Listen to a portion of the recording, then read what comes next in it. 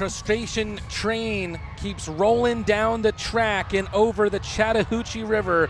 The best of the Peach State face off once again in the Dragon's Den. Will Columbus capture the revenge they seek, or will the streak continue to find a new peak? Good evening, Crustacean Nation, and welcome back to the Columbus Civic Center for another battle of I-85 between the River Dragons and your Athens Rock Lobsters. My name is Matt Rad, and I'm coming at you live on YouTube and Sportfy. The Piedmont Athens Regional Pregame Show starts right here and right now. It was a weekend with 3 wins in 3 days for the Rock Lobsters last week against the Pee Dee Ice Cats, but of course there was still a sour taste that came with it. The come-from-behind win last game in Pee Dee was punctuated by an injury to Dustin Paralat on a boarding hit from behind. The Lobsters will be without their blue liner from Saskatchewan this weekend in the rink that he made his Athens debut. Recent injuries to the defensive core have tested head coach Garrett Rutledge's stellar recruitment, and tonight we will see another product of that recruitment as Devin Maye will make his Rock Lobster debut tonight. More on him in just a bit. You may recall the last time we met up with our Peach State neighbors, it was a dominant series against the River Dragons as they were slain with aplomb with 8-1 and 6-2 scorelines courtesy of the Crustaceans. The River Dragons have since split a series with the Twin City Thunderbirds in a replay of the last season's Commissioner's Cup semifinals. A look here at tonight's Aikens Ford engine starters. Brandon Picard will start for the second straight game along with Joe Mack and Philip Virgili. Carter Shinkaruk and Joe Colatarsi at the point, and William Lavalier in the crease. Parks Owensby will back up the Great Wall of Montreal with Carter McPhail getting called up to the Greenville Swamp Rabbits in the ECHL. Cason Gallant remains out with a knock he picked up last Friday in Athens. Michael Greco and Dustin Paralat will also miss out due to injury, but Eric Neely is back in the mix. Devin Maye, a man with both pro hockey and pro lacrosse experience, makes his FPHL debut after 10 games played with Nantes in the second tier of French hockey this season. That does it for tonight's Aikens Ford engine starters. If you're going to make a deal for a new pickup truck, give you or a perfect gift for the holiday gift for you or your loved ones with a truck from Aikens Ford.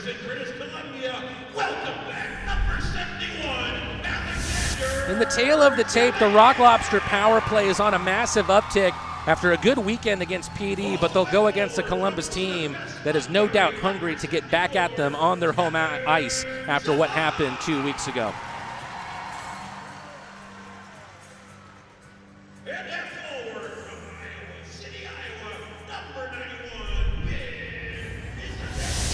14 points now separate the River Dragons and the Rock Lobsters in the standings, but as of right now, these two teams, along with the Monroe Moccasins, are also separating themselves from the rest of the pack in the Continental Division.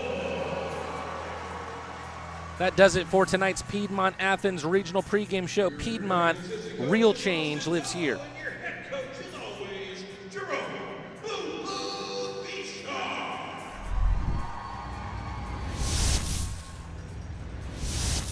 'Ring in the new year with the rest of Crustacean Nation. This New Year's Eve, the Rock Lobsters face the Columbus River Dragons at 7:05 inside Aikens Ford Arena. Stay after the final horn for a special post-game celebration with a balloon drop, confetti, and a midnight countdown to 2026. Big plays, big cheers, and a New Year's Eve that you won't forget. Get your tickets now at rocklobsterhockey.com.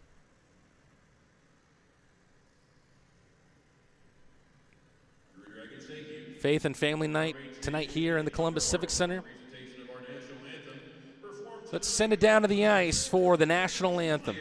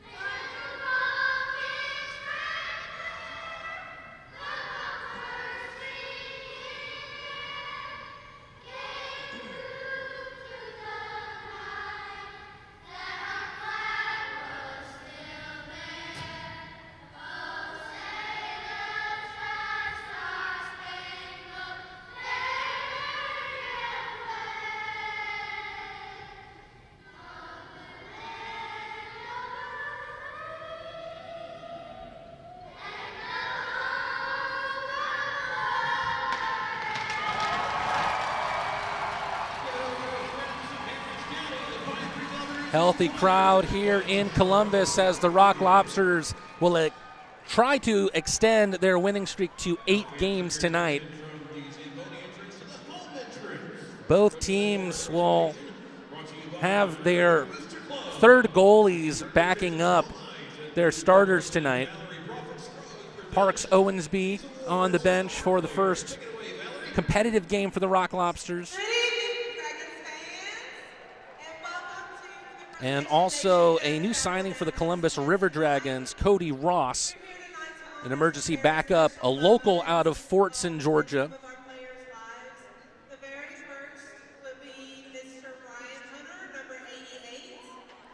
I believe some members of the Booster Club commemorating some achievements by River Dragon players.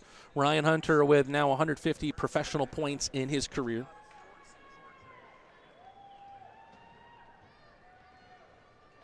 On behalf of the Columbus River Dragons Booster Club, we're presenting this award on behalf of his 150th professional point that was actually scored. Ryan Hunter 29th of this year.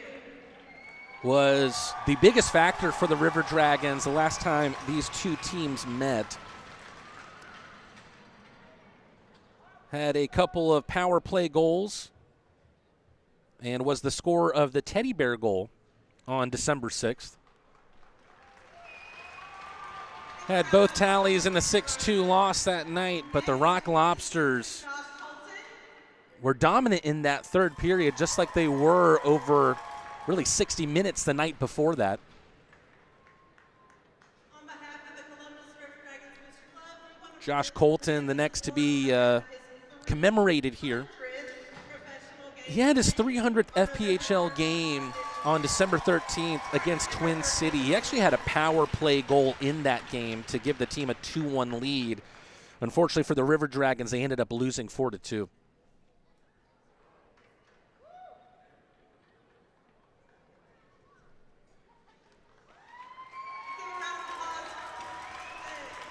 Josh Colten, his 8th season in the Fed, going back to the St. Clair Shores Fighting Saints. The D-Man of the Year back in 2017-18 when he was a Port Huron Prowler. The man who wears the C for the River Dragons, Kirk Underwood, now having played 200 games in the FPHL. Captain for the second year in a row for Columbus, the third time he's worn the C in his career. He also wore the C at UNLV and Chatham, where he played collegiate hockey.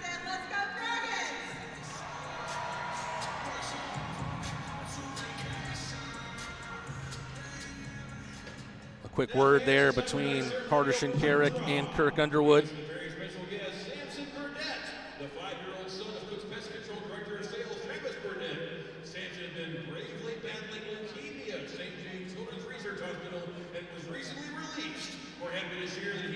And there's the ceremonial puck drop.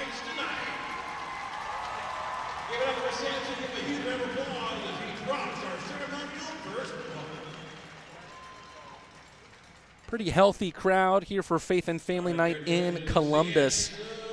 But seeing also a lot of Rock Lobster jerseys in the crowd, and something that I've really noticed in comparison to last year, we're seeing the traveling contingency of Crustacean Nation at road games more than we have ever before, and that is a great sight to behold.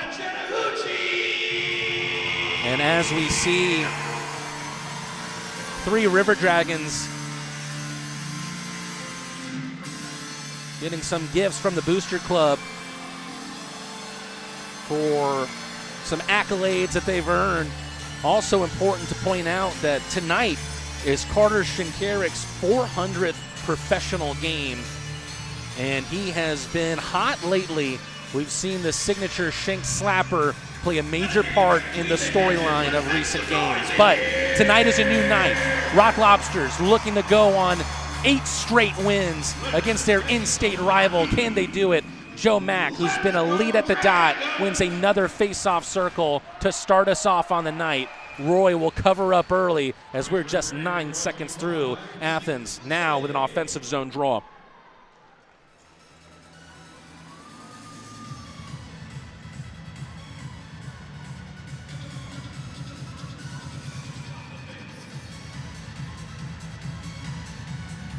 River Dragons power play 5th in the FPHL. PK ranking 4th.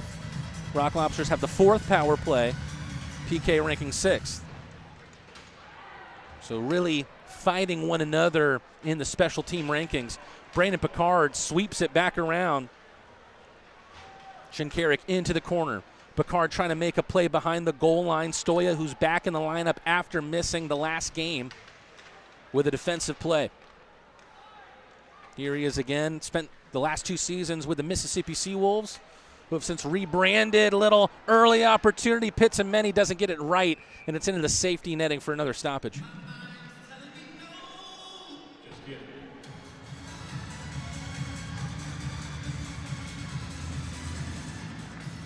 William Lavalier, undefeated on the season thus far. 4 straight stellar performances. 26 saves on 28 shots on December 11th versus the Pee Dee Ice Cats. He's the only undefeated goalie in the FPHL with more than 6 wins. Gleb Van Durken with a takeaway. Looking for Eric Neely, who's back in the mix after missing the last game in Pee Dee. Van Durken plays it off the wall after Lavalier made a play. It's sent back in by the River Dragons as it's played down off the body of Galvin. Short side shot doesn't go. Lavalier with a save. Neely fighting off 1, 2, 3 sticks at the same time. Neely with a pass that rides the line. First touch of the puck in the Rock Lobster career of Devin Maye. Big hit right in front of the Rock Lobster bench as Dominic Dumas is back up on his feet. Van Durken getting tied up there by Galvin. River Dragons playing with some speed early on. Here's Lucas Texmo. Matt Garcia going body for body there. Luke Croucher. A game of keep away in his own zone. Tape to Matt Garcia. Those two almost combining again. It's off the tip of the stick of Croucher. Dumas turns and sends it to a safe zip code. Roy behind the net. River Dragons almost getting caught out here. Milan tries to shepherd it to Croucher. Play at the point here. Kolatarsi played right back at him by Croucher. Swept back to the rookie. Kolatarsi sends it to the slot. Glukharyov poking in at Kyle Moore.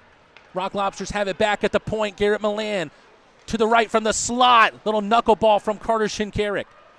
Good pressure here from the Rock Lobsters. 2.5 minutes. Carter Shinkaruk, another signature slapper from him. Once again playing in his 400th FPHL game. And Luke Croucher also showing how deadly he can be on both sides of the puck. A crucial defensive play. Otherwise, the River Dragons may have been on a break. Daniil Glukharyov lofts one in from the point, gets whistled for offsides.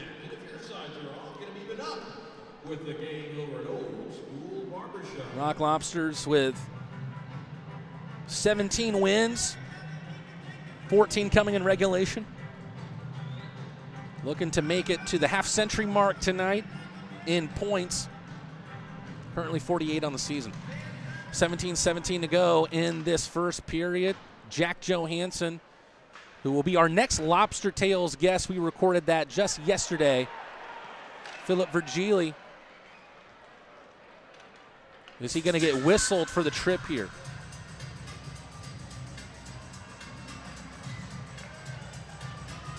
Looks like he is, and the Swede will go into the sin bin. Rock Lobsters on the Leslie Jones Law penalty kill for the first time tonight. Strong, skilled, strategic defense. Rock Lobsters are going to need to have that, and that's exactly what Leslie Jones provides you.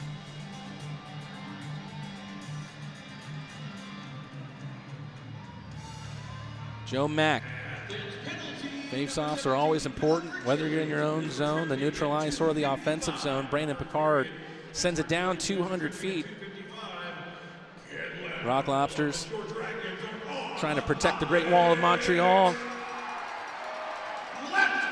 Numbers going forward for the River Dragons. Kyle Moore finds his man on the left hash marks. Moore with a whiff will fall to Hunter. He's definitely the shot to watch on the power play, but a loose puck is found by Joe Mack. Roy for Underwood. Great defensive play there by Jesse Lowell. Going to be unable to complete a break in the other direction, but troubling Tyler Barrow. Moving left to right. Good block shot there by Devin Maye. But there's the opening goal. Early power play tally for the River Dragons, and Tyler Barrow, who is the River Dragon leader in points, will find his 11th goal of the season with less than 4 minutes gone in the first period.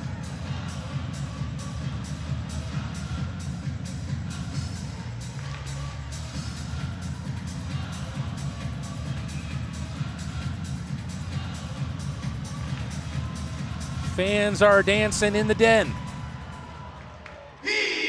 Rock Lobsters are going to hope to go footloose on him after this. First lead the River Dragons have had against the Rock Lobsters this season.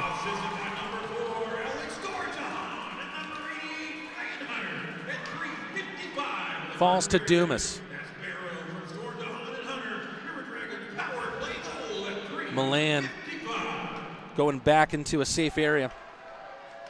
Croucher, a little toe drag, tries to get behind Roy. Milan sweeping it up. Combination play there between Milan and Croucher, who combined on the shorthand for the game-tying goal in the last game in the come-from-behind win against the Ice Cats. Croucher doesn't get the carom, almost does that time. Takes a hit, puck sent the other direction. Croucher turnaround pass. The Russian rifle. The Moscow mule. The best of Russia almost combining there. More than 5 minutes gone now. Glukharyov. Play from the left circle. Eric Neely almost finding short side. More past Carter Shinkaruk. And a great defensive effort to come back on the back check from Neely. Still opportunity arising for the River Dragons through Jewett and Blacksmith. Neely now without a stick. Great protection there from Jesse Lowell, who is still on the rise. Van Durken unstapling himself from the boards. Lofted out of danger's way by the River Dragons. Van Durken trying to send it into his own route. Shinkaruk's dump in gets blocked. Storjahan. And here's Devin Maye once again, wearing the number 19. Lowell, a play with the skate. Philip Virgili looking to make amends after committing the penalty that gave the power play goal to the River Dragons. Little poke check there from the crease by Roy. Sent out a play, no look effort there from Tyler Barrow.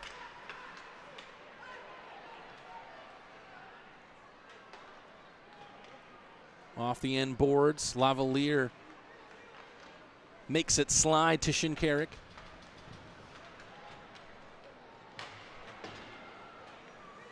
Maye out of Burlington, Ontario. Barrow, the goal scorer that made it 1-0. Kolatarsi with a whistler over the bar. Picard, Mack, great play. Glukharyov couldn't get the second bite of the cherry. Still a window of opportunity for the Rock Lobsters. Kolatarsi misses wide right.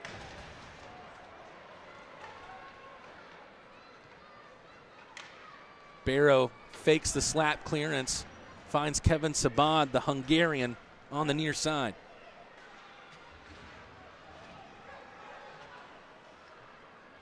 Quick play out of their own ice. Rock Lobsters. Kolatarsi looks for the quarterback pass, but couldn't find the Russian wide receiver in Daniil Glukharyov. We go to our first commercial timeout here in the Dragon's Den. Rock Lobsters playing from behind after the power play goal from Tyler Barrow.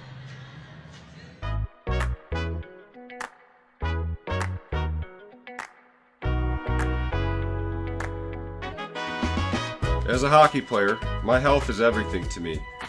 When I got injured, I didn't just worry about missing games.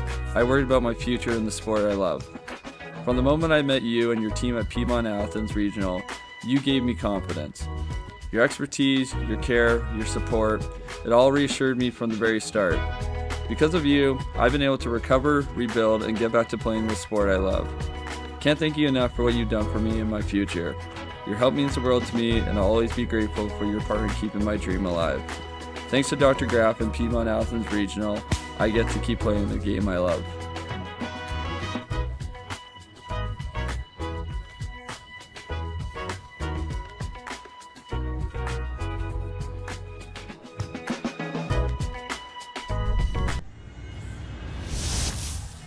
Rock Lobsters have found some success early on in the season playing from behind, and they'll have to refine that success here tonight.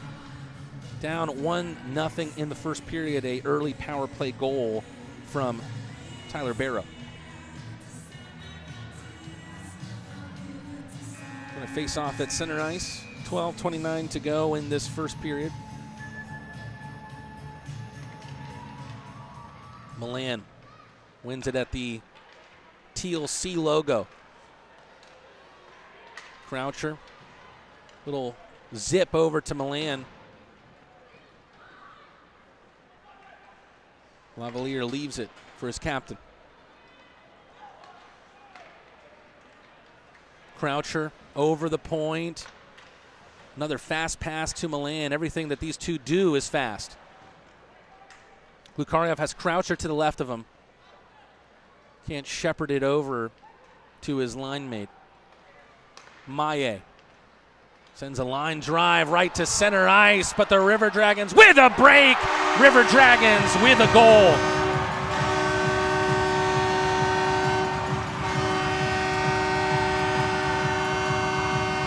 Rock Lobsters now down by 2 as the Hungarian Kevin Sabad forces the turnover, makes his own break, and doubles the host's advantage.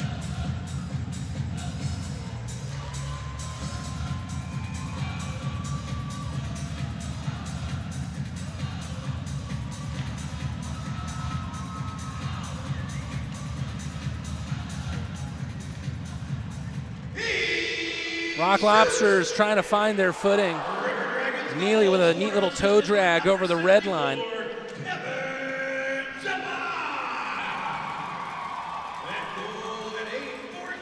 Lofted over the bar. Neely digs it out, finds Van Durken. Pass Lowell. Johansson rides the boards. Neely trying to shake himself free. Still Neely. Johansson saw Maye at the back door. Couldn't find him with the pass. Great little pin in by the Rock Lobsters. Neely trying to go short side. Bounces off of Roy. Lowell, a hit. Almost frees that puck up at the River Dragon line. I believe a hook now going against the Rock Lobsters, and it's not been a 10 minutes to remember for Athens. Gleb Van Durken will now sit for 2. And Athens, having already given up the early power play goal, will now try and keep the River Dragons out once again.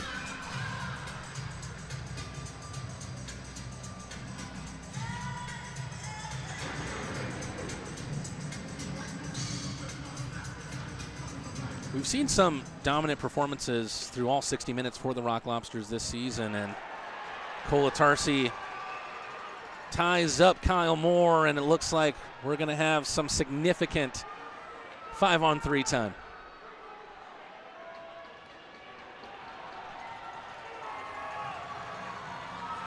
Joe Kolatarsi not happy about it.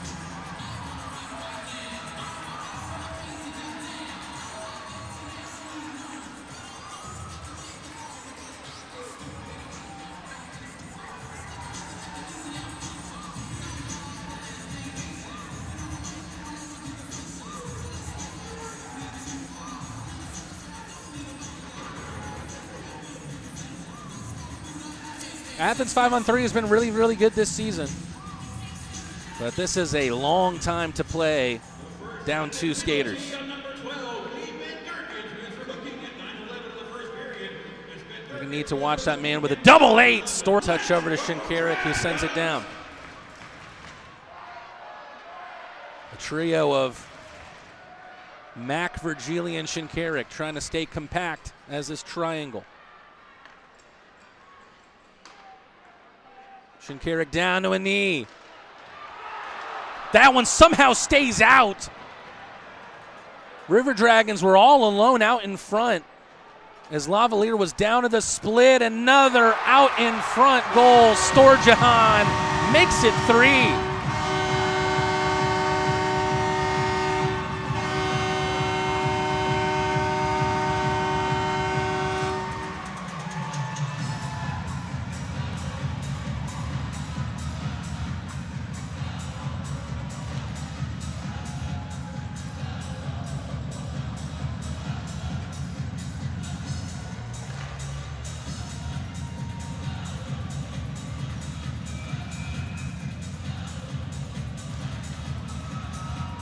It's hard to think up of a 10 minutes that could have gone better for the River Dragons to start this game.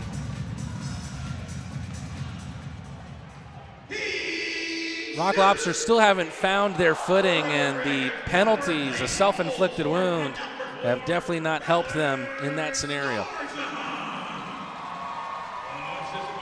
Storjahan, along with Barrow, now on double digits on the year. Devin Maye can only find Galvin.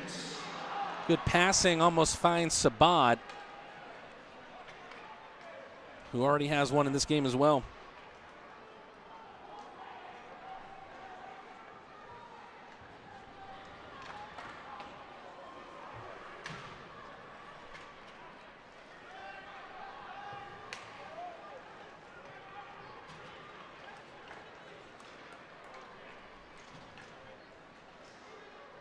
Would have to look up how many times the Rock Lobsters have been down 3 goals in a game. Jemayev, who's back in the lineup after long-term injury. Blacksmith stops it at the blue. Galvin, shrug from Lavalier.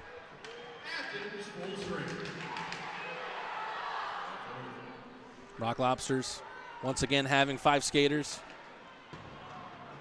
Neely with a block shot that looks like it's smart. Dumas helping out Lowell.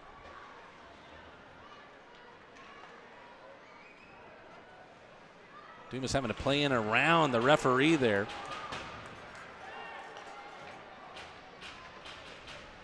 No icing, say the officials. 12 minutes gone in this first period.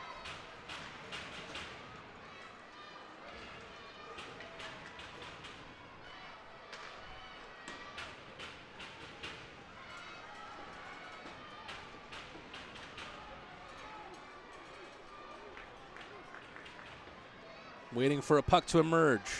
Mack finds it, and it's another microcosm there of how much passes have just not connected thus far for Athens. Mack up ahead on the left flank, Picard. Virgili trying to play it up front for Picard, who's still on the hunt for his first goal of the season, but logged his first point of the campaign last Saturday in Florence.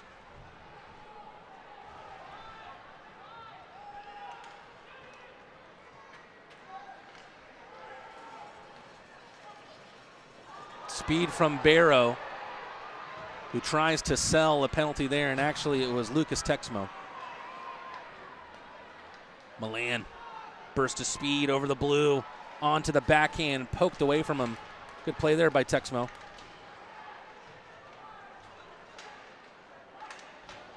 Croucher gets stopped on the wraparound. Johansson back to Croucher, snaps one towards Roy.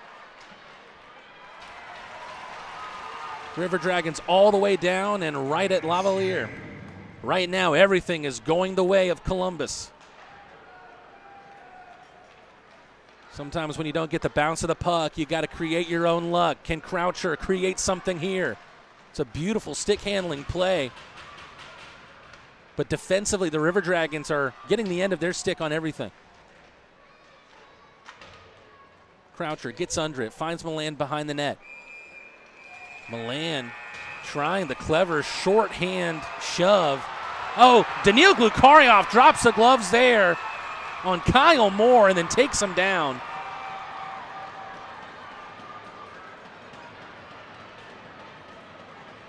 Didn't see what happened that sparked the anger out of Glukharyov. Seems like Glukharyov may have got baited there by Moore. We go to the media timeout. Rock Lobsters looking for the positives. Rock Lobster fans, this is Brad Akins. Akins Ford has led the way for years and keeps on growing. From offering the Southeast's largest inventory to being #1 in the nation in Ford truck sales, we're here to serve you. Want to customize your ride? Our Wild Willie's accessories team can make it as unique as you are. Make it legendary. Need service? Our fleet of over a dozen mobile service vans come right to you. Akins Ford and Winder. We really are closer and bigger than you think. Rock Lobsters, let's go.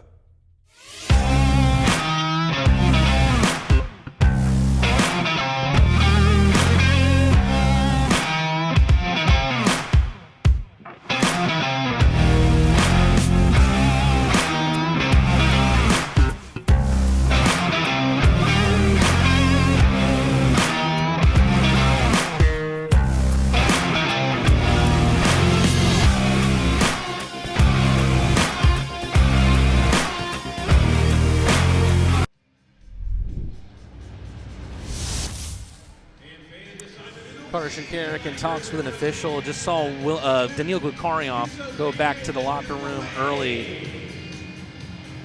Probably not a good sign since there's more than 5 minutes to go in this first period.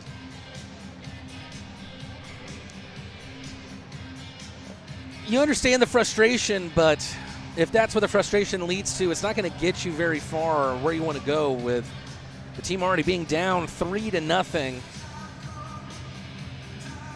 To try and start the journey of erasing that deficit, you need to be disciplined. And I think no doubt Moore did something that prompted Glukharyov to drop the gloves, but Moore did not drop the gloves back. Right now it's put up as just 2 minutes roughing for Glukharyov. I don't think that's going to remain the case.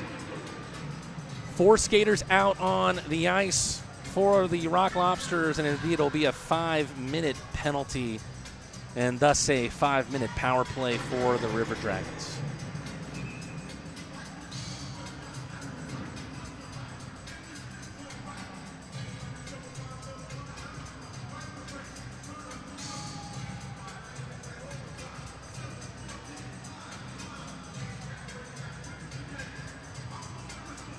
Garrett Rutledge very, very fired up at the officials right off of your screen. Obviously, he didn't like what he saw there between Moore and Glukharyov. I didn't get a great look at it. Neely wipes out on the face-off attempt. Shot skips like a stone. Game misconduct for Glukharyov.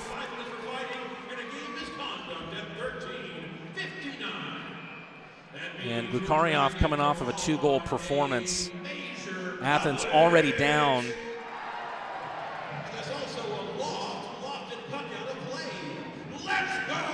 Kasim Gallant as a very important goal scorer. Glukharyov, another impressive goal scorer that Rock Lobsters will be down.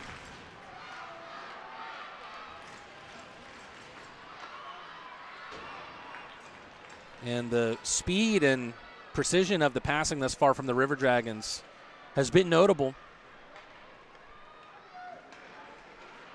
Shot from the high slot right where the two circles start from Underwood. Lavalier was able to see it for a good way.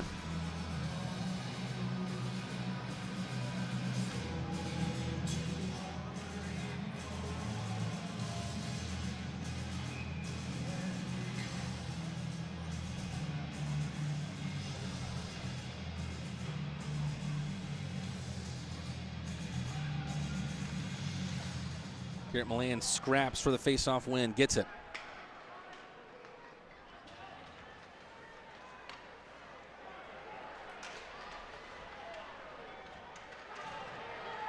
Rock Lobsters might have to do something here on the shorthand.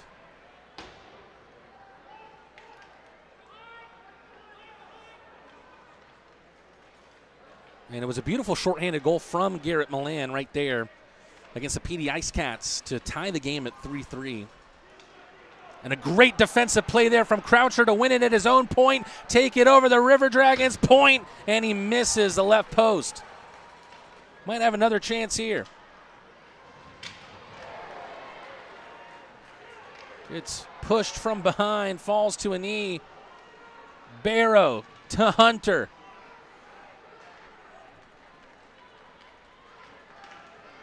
Croucher, great poke check there and perfect placement in the slot, the danger zone, especially here with the River Dragons up a man. Jack Johansson going on a little adventure. Drops it back, takes a big hit. Virgili gets his stick held up, and that'll tie up the amount of men that are going to be on the ice. I think that's going to be a holding of the stick against Ryan Hunter, and that's going to be much needed for the Rock Lobsters to kind of pop this balloon that's built up against them. 2 minutes less time that they'll have to play shorthanded, and we are at our third commercial break of the first period. River Dragons up 3, Rock Lobsters looking for an answer. At Athens Stonecasting, Don Hill oversees acres of sculptures poured from thousands of molds, endless possibilities for neighbors who envision unique gardens. Craig Meeks at First American Bank and Trust caught that vision. Together, Don and Craig create solutions that keep the business teeming with new gifts for the garden. Vision. It's one of the core convictions we live by. Learn more about what we stand for at firstamericanishere.com. First American Bank and Trust. Maybe not today, maybe not tomorrow, but soon your toilet will clog again. What if it won't flush? We'll always repair it. Nobody puts baby in a flooded corner. Maybe I should still fix it. You had me at hello. We've got same-day service. Plumbing completes me.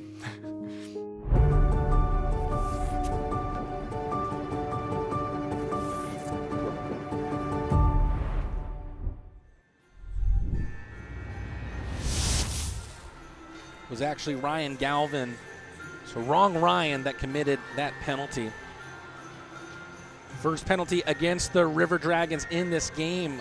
Hooking call.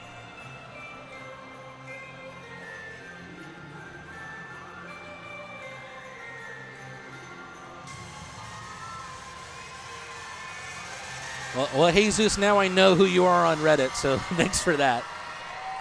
2 minutes of 4-on-4. River Dragons will still be on the power play after that. Sabad, little touch over to Blacksmith, gets poked away from the indigenous Canadian.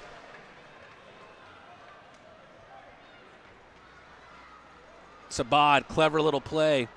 The Hungarian looking hungry tonight.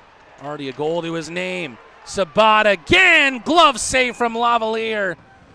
His best of the night. Sabad setting up Blacksmith straight into the mitt for the Great Wall of Montreal.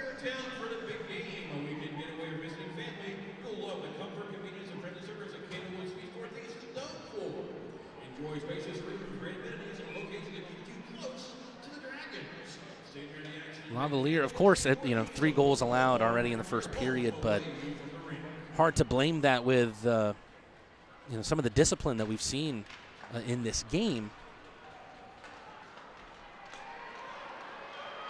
Croucher finds Neely, couldn't cast a spell on it. Looking for the big hit was Pizzameni.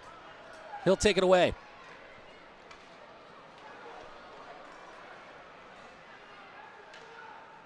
Kolatarsi looking for the distance pass. Croucher, pirouettes. Can't find Milan. Little lifter over the slot. Croucher tying up Thornton, who loses his stick and sees Milan in the rearview mirror. Milan on the toe drag. Great play there. Just a little shove there from Stoya, enough to boot Milan out of possession. Less than 3 minutes to go. Barrow, who opened up the scoring. Thornton straight into the chest protector.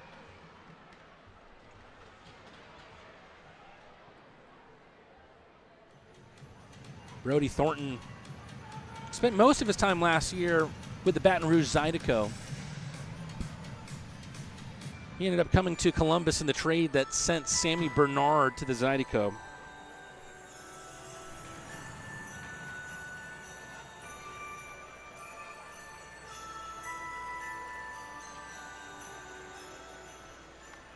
Shinkaruk.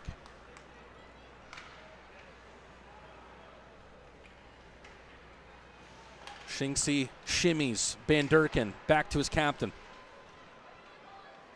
25 seconds left of 4-on-4. Shinkaruk trying to feed the mule.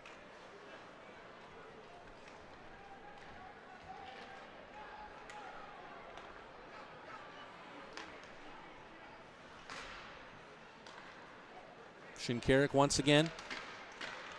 Almost plays it off the stick of Texmo.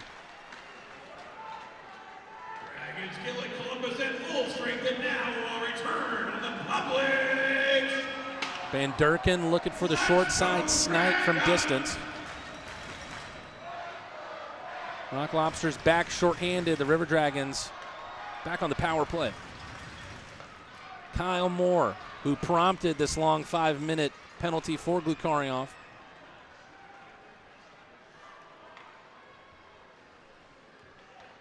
We'll need to look back at that incident. Good little play from Moore. Got out in front from the far side. Storjahan, quick turn, quick shot. Lavalier has it thud off the upper body.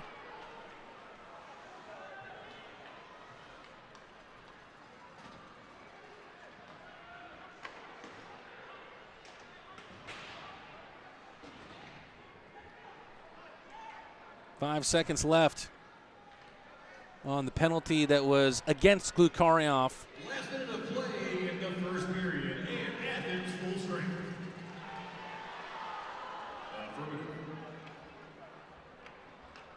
Rock Lobsters back at full strength. And I don't think there was actually anyone in the box serving that penalty, so a bit of confusion there as Athens need to get someone off the bench. Garrett Rutledge fired up again.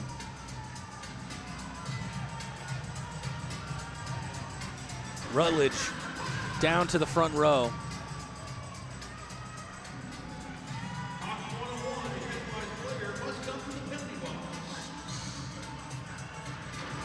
Referees and veteran leaders gathering around on the teal sea at center ice.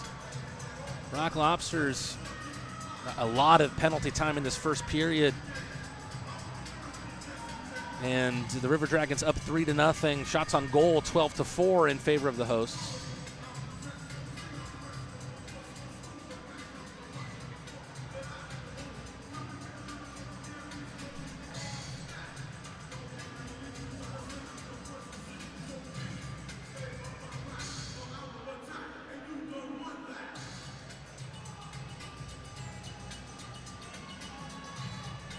Shinkaruk in his 400th FPHL game, somewhat symbolic that it's in a rink that is special to him, his old stomping ground.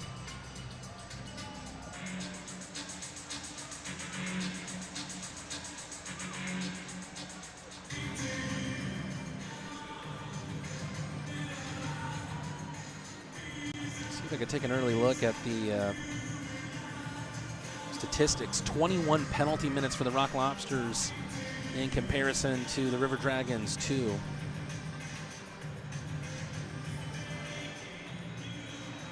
Five penalties total to the River Dragons 1.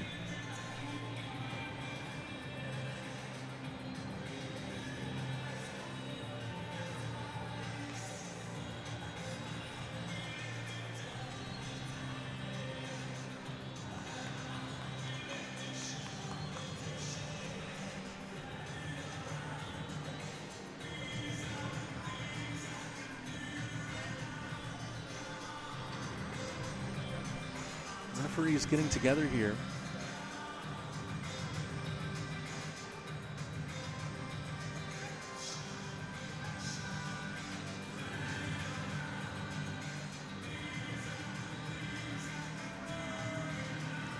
I believe a too many men on the ice penalty is going to get called against Athens, and Garrett Rutledge is seeing red.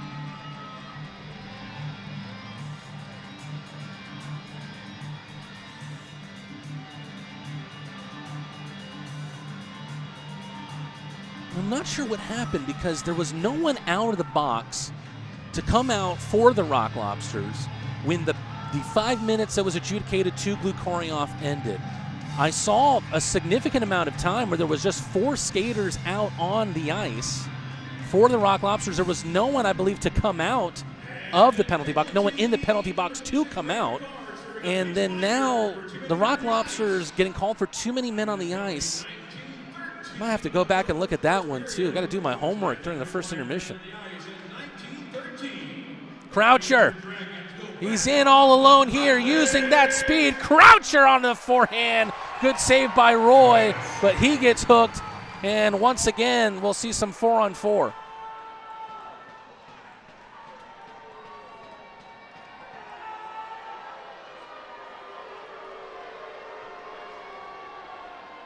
Stoya getting called for the hook.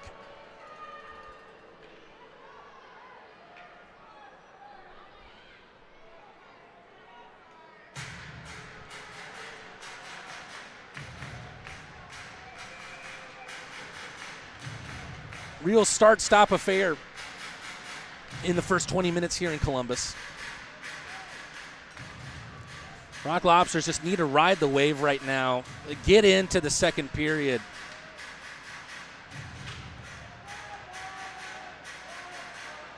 Athens has done a good job this season at letting their frustration fuel as opposed to build up. Columbus penalty number 36, Matt Stoya is for hooking at 1940 of the first period. Matt Stoya is for hooking in 1940. River Dragons, meanwhile, will go into the second period looking for the backbreaker in just the first half of the game, as first period action will end in the Columbus Civic Center, and all that action so far has benefited the Columbus River Dragons. 2 power play goals and plenty of penalties for the Rock Lobsters. A 3-goal deficit will have to be overcome by Athens if they're going to want to continue their 7-game winning streak. Still 40 minutes to go here. Athens, of course, needs to remain disciplined as this game goes on, as they look for some positives to piece together going into the second period. Before we go into the Coach's Corner segment, let's take a look at some of the scores around the FPHL. Went over to the federalhockey.com website. Binghamton Black Bears up once again against the Danbury Hat-Tricks 3-2. How many times do they play one another? Port Huron Prowlers tied 2 apiece with the Blue Ridge Bobcats at home. No score thus far against the Pee Dee Ice Cats for the Twin City Thunderbirds. Indiana Sentinels, man, they've been putting the pieces together ever since Everett Thompson was named head coach. They're up 3-2 against the Watertown Wolves. No score just yet between the Baton Rouge Zydeco and the Topeka Scarecrows, as well as the Biloxi Breakers and the Monroe Moccasins. Another case of, man, how many times do those two teams play one another? Garrett Rutledge will look to fuel the fire for the Rock Lobsters in the first intermission. But let's take a look at our Coach's Corner segment that starts with an update on the injury of Dustin Perlin.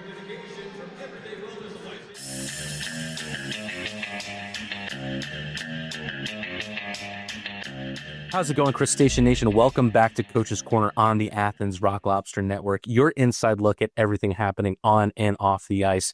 At the time of recording, the Rock Lobsters are days removed from a dominant sweep of the River Dragons at the Columbus Civic Center before heading in to a 3-game set against Pee Dee, where we welcome the Ice Cats to the tank for the first time ever. I'm your host, Matt Rad, and I'm joined by head coach Garrett Rutledge. Coach Rutz, the boys have shown that they can run up the score on anyone this season, and they can do it quick. But with going up against an in-state foe on their ice, as they were on a 7-game win streak, were you even surprised with the nature of those 2 games? Well, For one, I credit it. I just thought of it sitting here when you were going to ask that question. I credit to the Christmas music that's been going on in the dressing room. I think has been our fortune here, having good luck.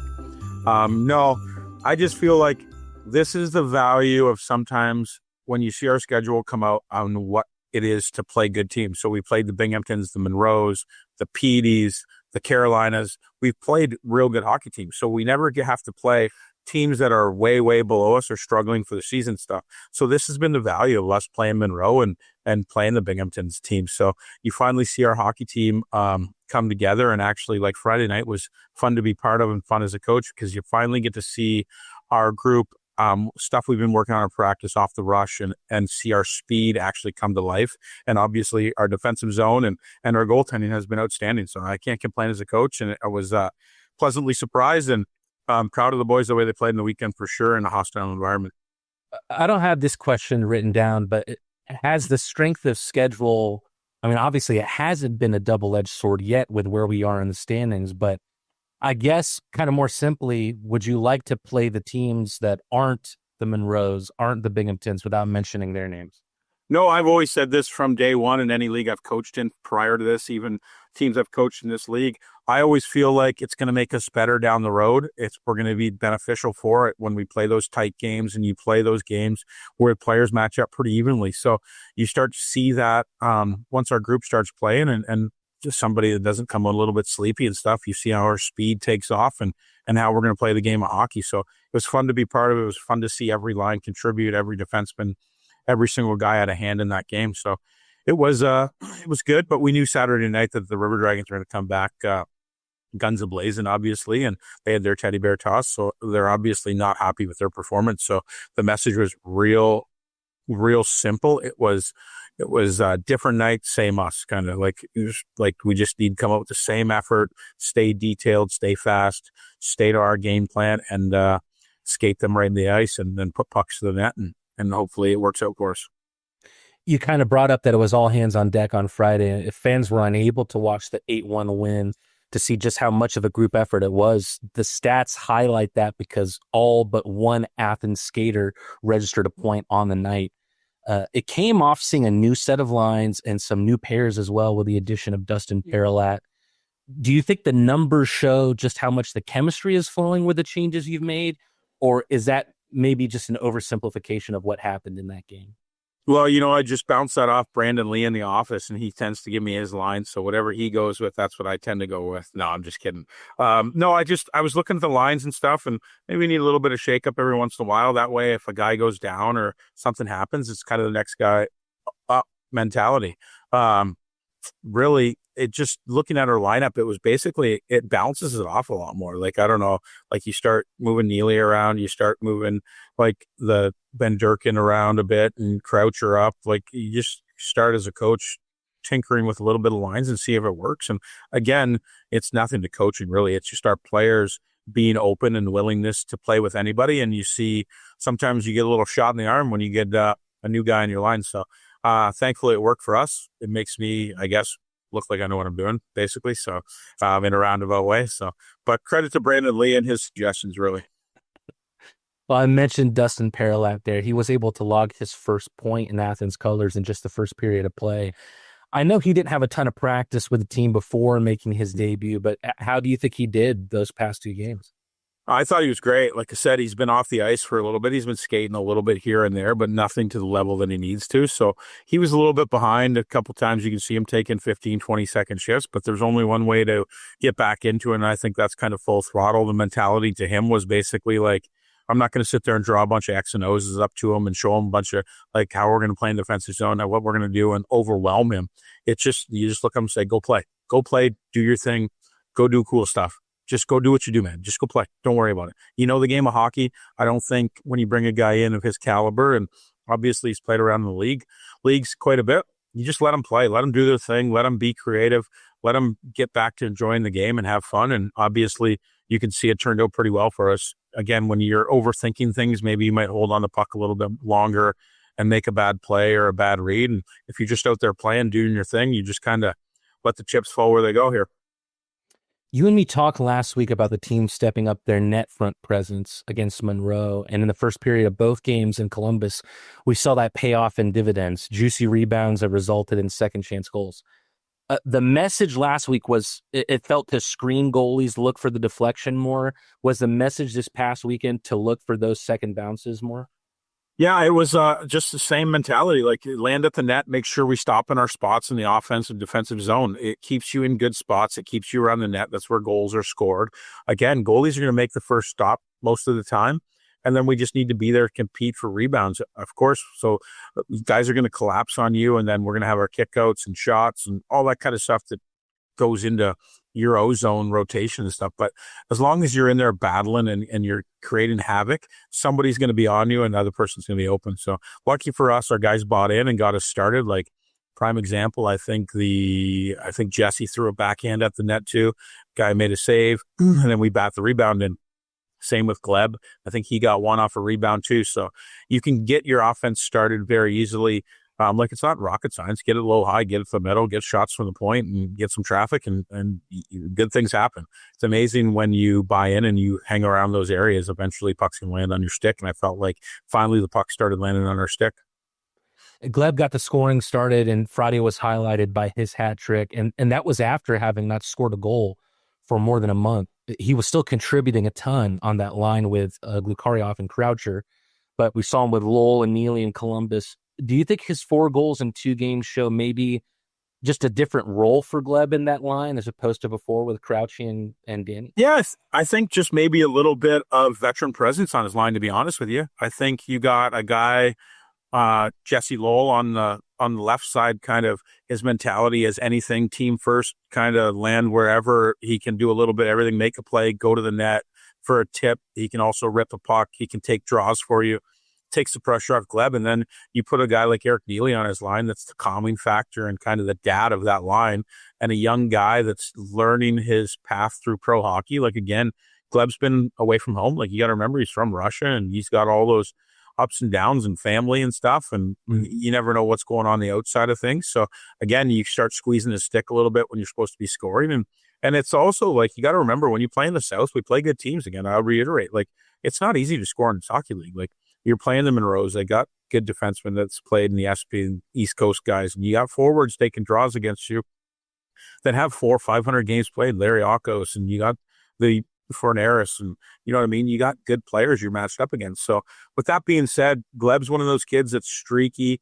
He knows his way around the net. You can see that he's always trying to make a play. Like, again, the best players in the world go a little bit snake bit, but you know it's not going to be for long. He keeps working at his craft, and he keeps going, and you knew it was going to happen sooner and later, and it just happened to be that it was just when we made the line changes there. So again, hang around the net, good things happen. You're going to bang one in eventually. So you get an ugly one, and then you get the pretty ones.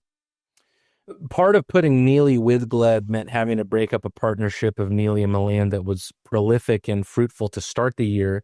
Was that a difficult decision to separate those two at all? No, I don't think so at all. I go back to, it looks like our depth on our lines. So if you start looking at our lines, it's like, pick your poison, which one you want to try to cover tonight. So it's one of those things. What line wants to play tonight for the Athens Rock Lobsters? And obviously it makes a fit for the other teams, because we start rolling the teams out. We don't have a weakness. So you keep putting those lines out, keep winning D-zone draws, O-zone draws, and we keep getting those clean breakouts. We just keep coming at you with our speed and our skill. Eventually you're going to break down after 60 minutes, or even, I guess, 120 minutes if you play them in 2 games. So, yeah, that's kind of how we're going to play hockey on this hockey team. And I preached just before that our group is fast, our group is skilled. We're going to attack the other team and be fun to watch. And it's not going to be that great of a time being the other team when you're coming into Athens here to play us, or vice versa on the road. So you can see that Friday, Saturday night, we just keep coming at them. The shutout bid ends for the boys on Friday with 4 seconds to go. It must have been a sour taste for Willie, who was immense the whole night, was so close to his first shutout of the year, and in his old stomping ground, no less. Was there disappointment that you expressed there at all, or do you kind of just shrug it off when the team is up? No, not at all. Our mentality, even Willie's, like, again, like, are you a little bit let down when it happens? Yeah, it is. But again, it's one of those things, control what you can control. The message in the dressing room, like Willie was like, guys, it doesn't matter. Like, doesn't matter. We won 8-1. I don't know if anybody's walked into Columbus and actually won a game of that margin against the River Dragons. Generally speaking, they're real good at home and tough to beat. So it's our team's not like that at all. We don't have that bleeding through our room. If it was, it would be stopped very quickly through coaching, obviously, through my just how I am. It's just all hands on deck. Like, we get scored on, it's just because Labby didn't get scored on. It's all five of us. The whole team got scored on. So again, we let our guard down for 4 seconds left in the game, and they put one in the back of that. Unfortunate, but non-issue with our group. Well, we move on to game 2, a 6-2 victory. It was crazy to me just how similarly the game opened up at scoring to game 1, where Lowell puts a shot off the pads. Gleb finishes it off. We've talked about how guys like Gleb are starting to look more for the second bites, but are the rest of the boys also implementing more of a mentality that sometimes the best pass is a shot as well? Yeah, anything to the net with traffic, and you're going to get a rebound. You're going to work to get body position. Someone doesn't box it the right way, you're going to get a good opportunity. So the guys are starting to figure that out, how to score in these leagues, and it's worked out for us. But for the most part, like, I was happy even Saturday night. Like, again, like, was it tied 2-2? Yeah, it was tight. But again, we made a mistake on the PK. We didn't get out on the one-timer guy quick enough, and then Jack kind of fumbled a puck, which is no big deal. It's going to happen. Guys are going to try to make a play. Like, if you see that play break down, like, yeah, he fumbles it, but if he makes the play across the seam, I think it was Joey maybe cutting across, he was wide open coming down the flank. So again, it's just like small things, small details to our game that kind of cost us, but really didn't cost us. Those types of things aren't going to affect a hockey game. It's just, you got to pick your teammate up and keep pressing forward. And obviously you can see, like, even I think the game went 4-on-4, and Shinks might have scored the 3-2 goal, right, to get us going here. So again, how streaky our team can be and how deadly we are, 5-on-5, 5-on-4, and then you put us 4-on-4 and give us even more opportunity. Look out, because the Rock Lobsters are coming after you. No, I'm actually mistaken. It was Lowell, I believe, who scored the 3-2 goal right after the power play ended. We'll talk about Lowell. Right. Yeah, we'll talk about that a little bit later too. Eric Neely scored to take the lead back at 2-1 after the Dragons' power play goal. Man, his release is just so nasty. And we saw a similar goal on Binghamton. But we talked about pairing him up with Milan to start the year. Now he's with the Young Dogs and Gleb and Lowell. In your eyes, we talked about how maybe Gleb's role has changed. Has Neely's role changed with this new line that he's on? No, Neely stays the same way. Our guys stay the same mentality. Again, Neely's played so many games throughout pro hockey. He knows where to go to score. He knows where to put pucks, and he also knows how to possess the puck and kind of help the young guys with the ozone or how they're playing and stuff. So again, it takes the pressure off Gleb to score. He knows Neely's going to be open. And like, that play is kind of a little broken play, but again, it takes a skill set to be able to hang out in that area, be patient, know the puck's coming to you, have your feet pointed towards their net. And obviously, like, his release is something else, right? It looks like he doesn't even move his stick, and he puts it in his spot, and that's his spot right up top. So it's great to see. And obviously, the more he scores and the more everybody else contributed, it's going to be fun to watch. He's wearing the cage right now after the facial injury he suffered in bingo. Is that an adjustment for players, especially for players like him, where he's a veteran, he's worn a visor forever now at this point? Does that take getting used to? Well, as soon as you put the cage on, Mateen, you become an absolute warrior now. Like, you can go, you're net front, you're blocking shots, you're out on the point, you're just down soaking shots. You can do whatever you want, basically. I think it takes a little bit of an adjustment, though, like just your vision and stuff, like everything to do with wearing a cage is just like, even the breathing, you're not used to wearing one. But these guys are so adjustable, and like, they've wore one in the past, and Neely's had facial injuries before. He's had to wear one and stuff. I don't think it really changes a whole lot. I think it probably gets annoying to them after a while, but to be honest with you, they just play and it just becomes normal for them. There's not really adjustment, but you could play with a little more fear. That's for sure. Last thing on Neeler. Or a little less fear, I guess. Yeah. Last thing on Neeler, he'd be the veteran leader on that new line. It seems like kind of each line has its leader now. Milan, Virgili, and Neely. I know Phil's a young guy, but the amount of pro games that he has at his age, he feels like a veteran. Is having a leader like that on each line important? Is it maybe even by design on your part? No, I think all of them. Like, again, I go back to even the summertime between our conversations. You look at the type of guys we brought in. We bring captains and winners. Chris Mock won a championship. Jesse Lowell, captain. You know what I mean? We bring all these guys in. Luke Crouchers wore a letter, I think, when he played Newman. We get all these guys that we bring in. Like, I just don't recruit good hockey players. You recruit good people, and obviously guys that lead their hockey teams and lead by example. And it's awesome to see us developing in a culture that's already been built here in Athens, and you keep adding those pieces into our group here, and we become a pretty outstanding group real quick inside the locker room and the standard that they hold each other. All right, I've been itching to talk about this guy all conversation long. Jesse Lowell, I know he's still so early into his pro career, and we're roughly only a quarter into the season now. But I think a lot of the fans and me have seen the steps of his growth more than we have any other player this season, maybe any other player in the Rock Lobster short history that we have as a team. Can you shine a light on if there's a path that you've put him on for his development, or do you just believe that the more playtime he gets, the more situations he sees, the better he's going to be? I think it's the more ice time, the more situations he sees. And obviously, once you figure out you belong in the league and what is successful and what's not, I think it just starts to bleed into your game very quickly. Like, again, he's one of those guys that come to the rink every single day. He's got a huge smile on his face, and anybody that's met Jesse knows that he's one of the best guys you're ever going to meet.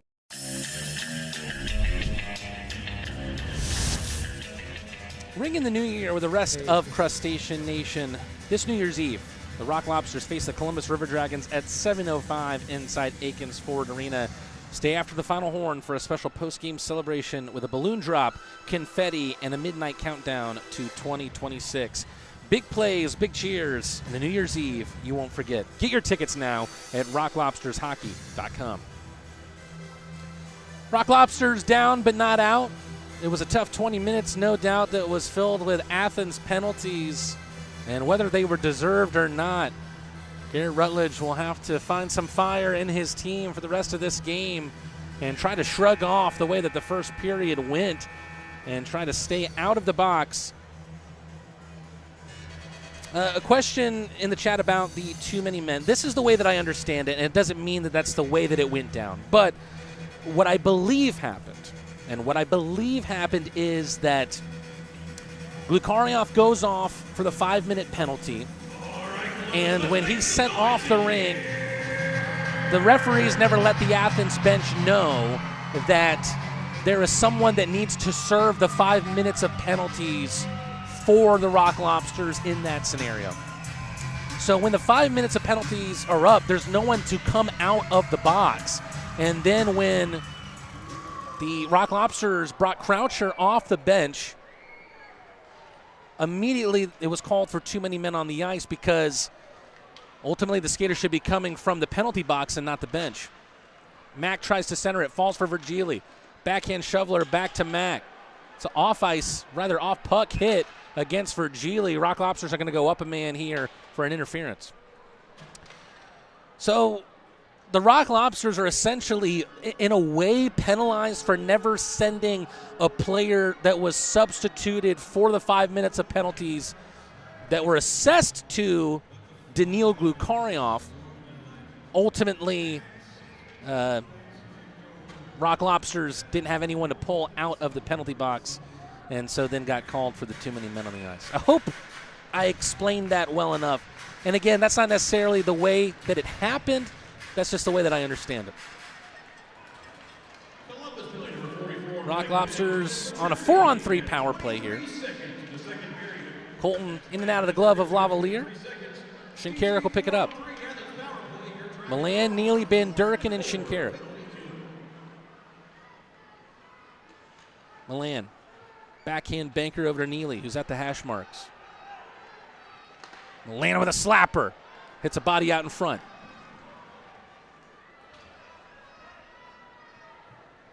Neely marauding around. Roy makes the save. Can't swallow it up, though. Shinkaruk pops it out back to the front of the net.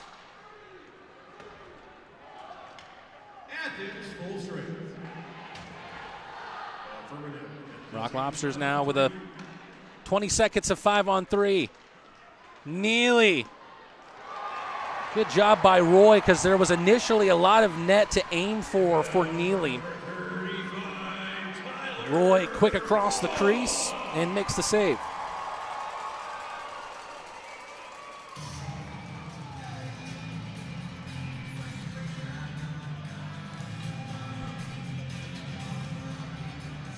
Looks like Devin Maye will have some power play time here.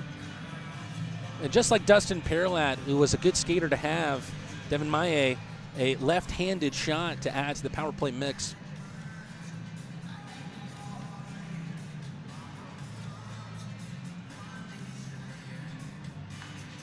"16 seconds of 5-on-3. Rock Lobsters will have about 40 seconds after that of 5-on-4. Shinkaruk can't keep it in. Has to take it out.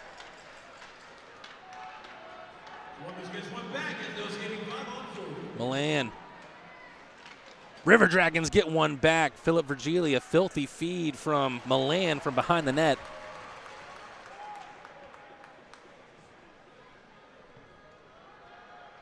Might be one last rush here for the Rock Lobsters. Limited power play time in this game. Not a clean zone entry. Giveaway to Texmo. Neely through his skates. And it's all the way down. That's going to do it for the Rock Lobster power play. Dragons kill them both. Columbus at full strength. Penalties not as much of a factor so far in the second period, but the Rock Lobsters can't use it to their advantage. Van Durkin went on a sprint towards the net. He gets tied up. Rock Lobsters back to the quadruple P.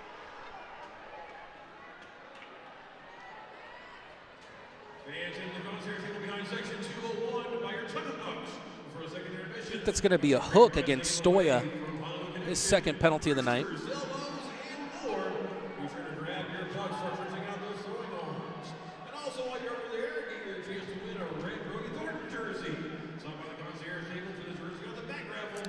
Yeah, it's interesting. I mean, the referees, I mean, should they notice that there's not anyone in the box serving the penalty? Probably. But ultimately, they're going to say that the onus is there on the Rock Lobsters bench to send someone into that position. Rock Lobsters on the power play. Hit off the puck there against Picard. Barrow looking for his second of the game, and right after the Rock Lobsters get themselves a power play, it'll go back to the 4-on-4, and one step forward, one step back right now for Athens. Brandon Picard sits for two. Interference.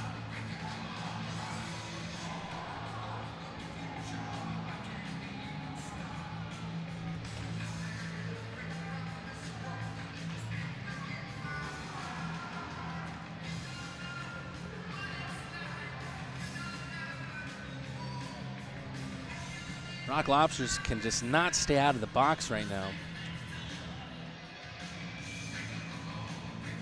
Pole position to get back into this game. Power play on an uptick, and 13 seconds in, they take a penalty themselves. But one thing I've always said, that more open ice always favors the Rock Lobsters.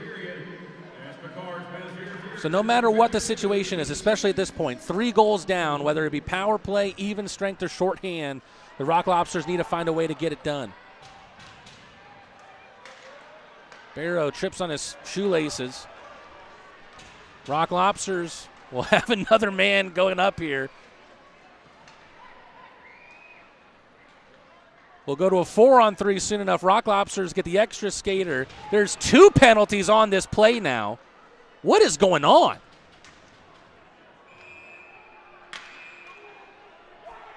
This time it benefits the Rock Lobsters. I believe there's 2 separate penalties on this play. Not something you see all the time.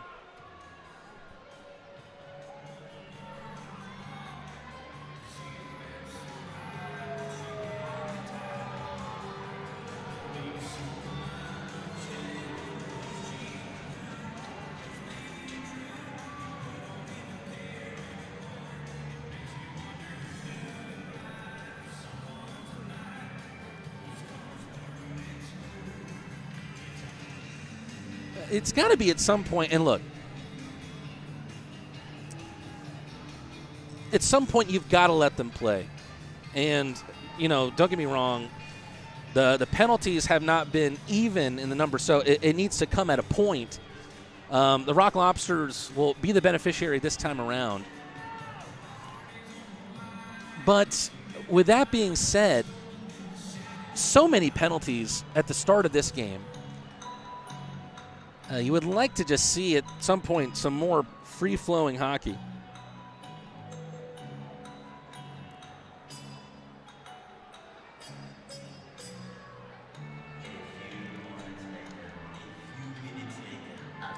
Referee is going to have to figure this one out. And you know what? I'm going to have to figure this one out too, because with there already being someone sitting in the River Dragons box by the time that 2 more penalties were added into the mix, got to do some math here.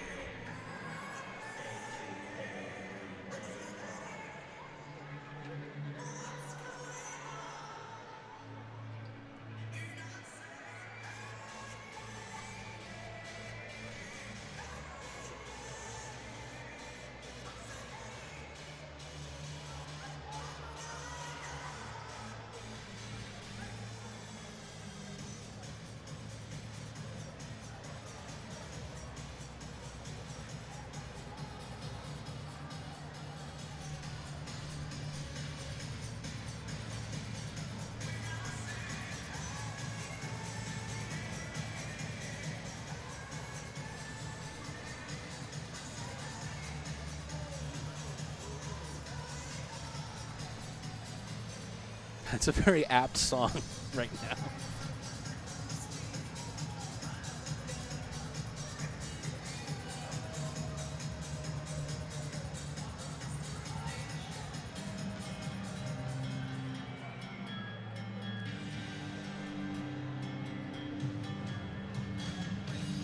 So here's what I think is going to happen. Okay. The 2 penalties on that shift going against the River Dragons is going to result in ultimately power plays that stack for one another for the Athens Rock Lobsters. So already Stoya is in the box for another minute 3. And now with 2 different players going to the box, that will result in 4 minutes of penalties that won't be served concurrently. They'll be served back-to-back instead.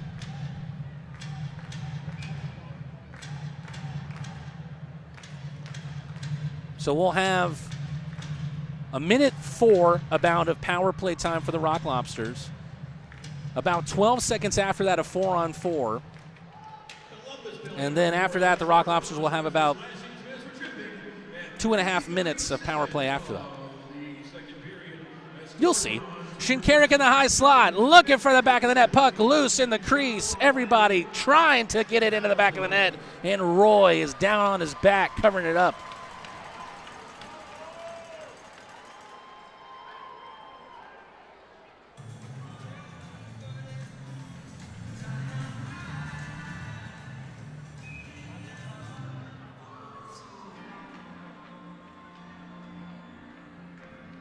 Complexities. My brain hurts.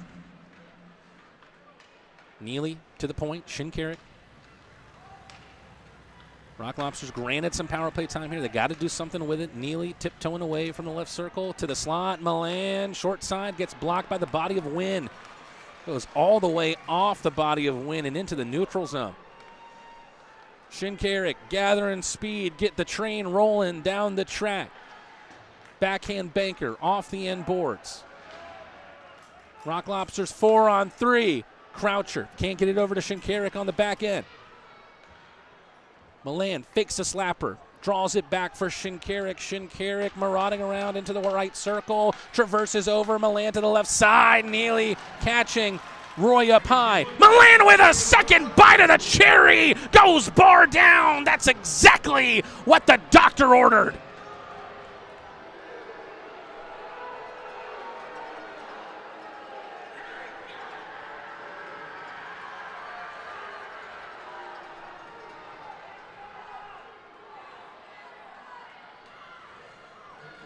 So I'll believe, but that'll bring things down to now 2 minutes of power play time for the Rock Lobsters. Or rather, 2 minutes for the next penalty against the River Dragons. Still, we're 4-on-4 here. I think it was right as the Stoya penalty ended. So we'll see if that one was actually a power play goal or if it was at even strength. So now we're skating 4-on-4 here. Garrett Milan has found his scoring touch lately. Croucher, an exchange with Neely. Picard back on the ice. He'll make way for Lowell. Milan. Stopped by the skate of Neely. Croucher here on the near side. Has got to be quick to it. Gets hit by Pizzameni. Milan trying to find some safe ice. Quick to Shinkaruk. Plays it off his skate. Has to draw it further back.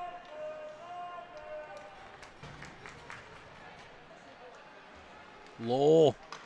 Left side, Milan looking for another one. Batted into the boards by Roy. Croucher pushed off of it. Illegally, say the referees, a slash against Hunter, who was on the hunt for the shorthanded break.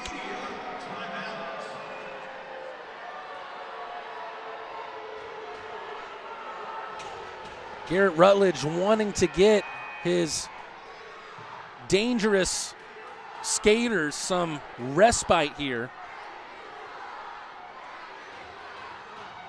You can hear what the fans here in Columbus think about the officiating thus far.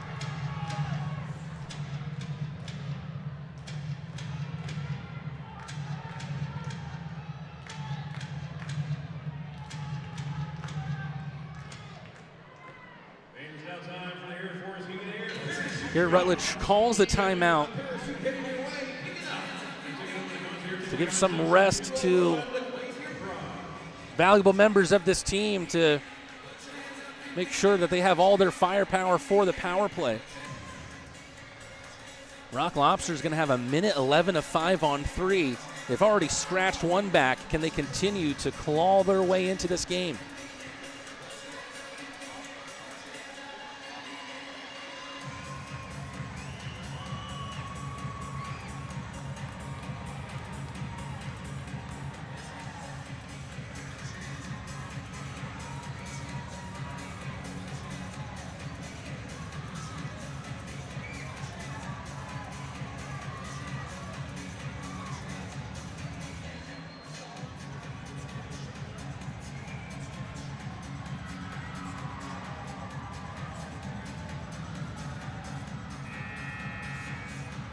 Yeah, to be clear, Shannon, Daniil Glukharyov was ejected from the game.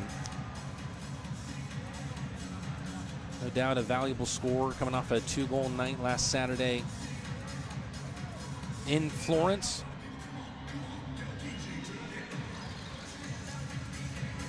Rock Lobsters 5-on-3 against the River Dragons.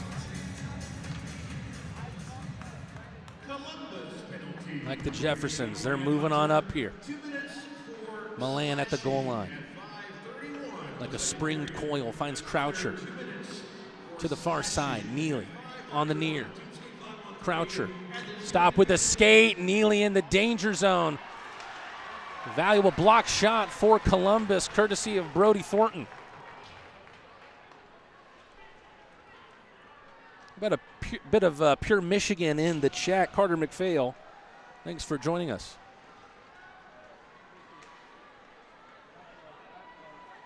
Shinkaruk scanning the ice as he skates around off the skate, of Thornton on the pass from Milan. Shinkaruk with a laser. Somehow that stays in play. Milan couldn't get the mustard he wanted on it. Falls back to him. Super Milan to Captain Fantastic. Neely with the nails. Milan with the dish. Croucher with the finish.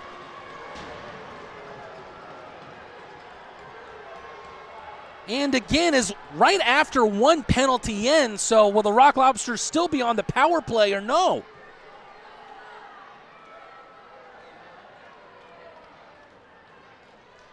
Once again, Milan and Croucher combining just as they did on the shorthand, this time 5-on-3. They have Athens within 1.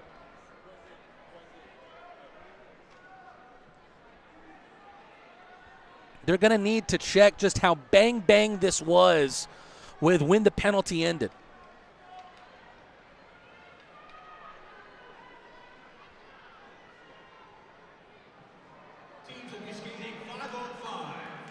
Confirmation that both teams will skate 5 apiece. So it came right after one penalty ended, where there's 49 more seconds left of power play. Then Croucher scored. What could have been? Still, the Rock Lobsters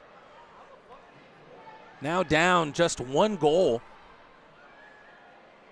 after being down 3 at the end of 20 minutes.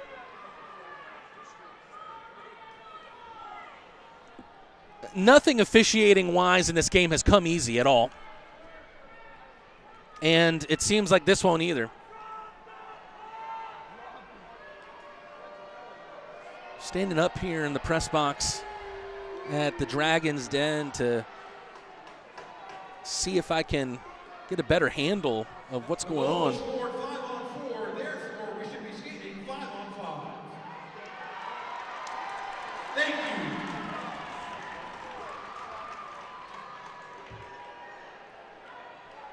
Dana Barker, PA, getting a little bit sassy. You got to be careful. I've seen refs throw PA announcers out for that. I love you, Dana. No harm done.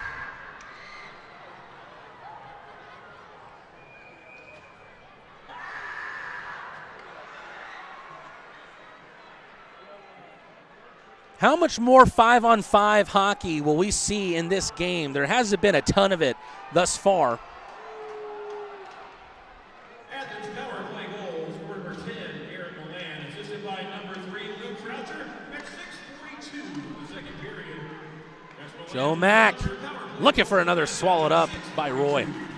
Teams temporarily skating 5-on-5.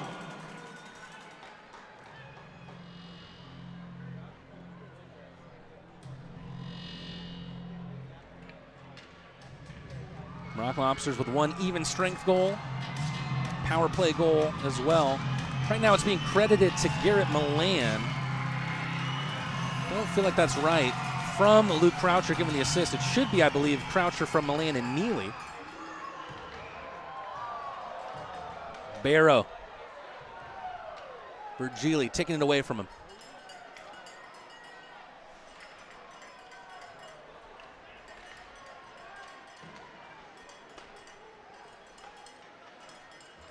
Colatarsi. Short distance pass.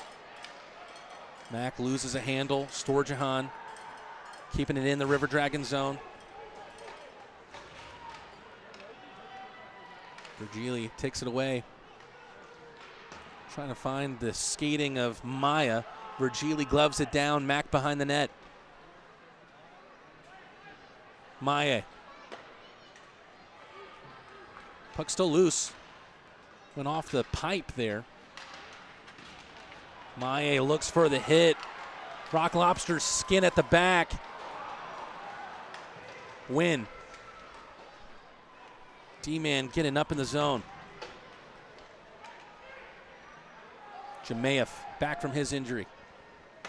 Texmo long distance shot. Storjahan backhand on the rebound. Lavalier with 2 saves. Texmo, important pinch on the near side. Joe Mack makes the barometer go down. Big hit in the glass. Garcia gets it away. Picard pokes it on its way.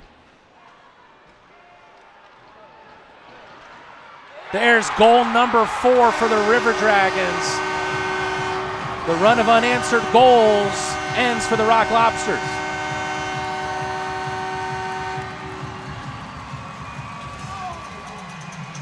Lucas Texmo's hunt for his first goal of the season ends.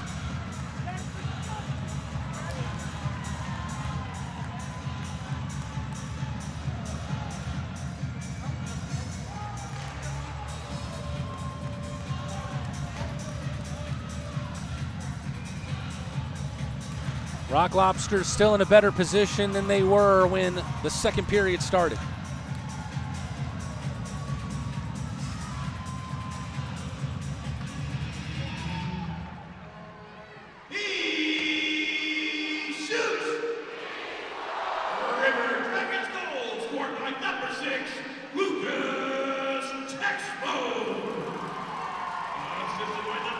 Over the head of Johansson. Shinkaruk up ahead to Croucher. To the slot, Shinkaruk. Going zone to zone to zone. Dumas trying to bat it out of midair. Rock Lobsters and River Dragons jousting behind Roy's net. River Dragons clear their zone. Dumas stays on his feet after the attempt on the big hit. Actually, Alexander Jemayev came off the worst on that hit that was initiated by Pizameni. Garrett Milan, unhappy, throwing a couple claws at Pizameni.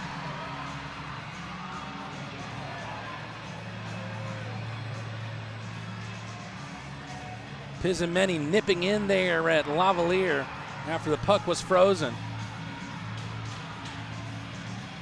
Croucher, Shinkaruk also there in the mix.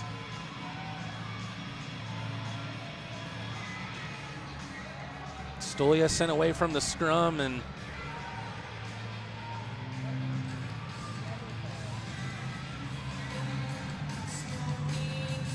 given the way the rest of this game has gone, I'm surprised there was no penalties there.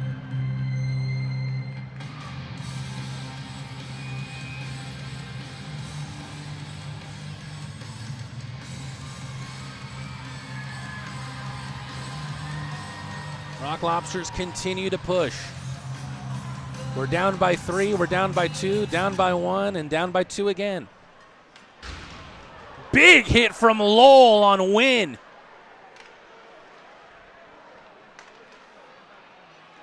You could be driving on 85 and hear that hit. Lowell can't get the carom. Gets another big hit, this time on Blacksmith.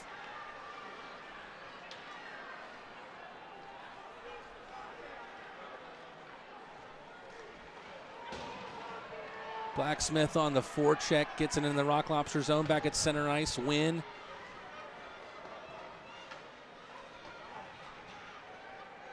Johansson, nice move there, frees up some ice. Van Durken looking for an angle, takes another penalty, hits a River Dragon goalie up high in Tyler Roy.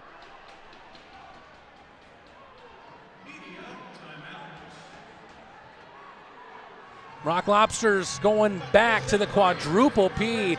They've already earned fans free churros at Paloma Park for 24 hours through the Fan Saves app. But right now they need all the special team goals they can get to try and continue to be on the up and up. Stay tuned with us here on the Athens Rock Lobster Network. Since we opened in 1968, we've taken pride in our professional staff. Unparalleled customer service is our legacy. Experience the best, skilled hands and friendly faces.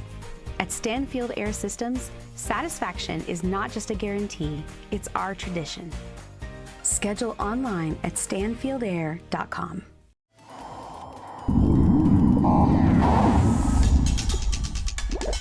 Honey, the sink is overflowing! Okay, I'll call a plumber.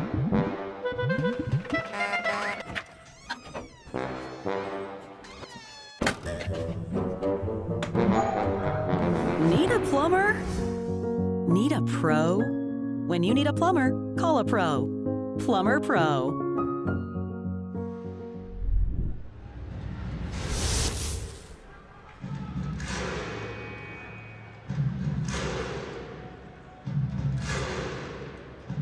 So much officiating, so much adjudication in this game thus far. Feels more like we're on an episode of People's Court than a hockey game right now. But the Rock Lobsters This time, the beneficiary of it back on the power play. It's been a good omen as of late. Athens trying to make Columbus pay. 2 minutes for slashing on Galvin. Another repeat offender. Milan spinning around, gets open at the half wall. Maye from the point, looking for his first point as a Rock Lobster. Milan can't squeeze it through the skates. River Dragons have it out of a dangerous area.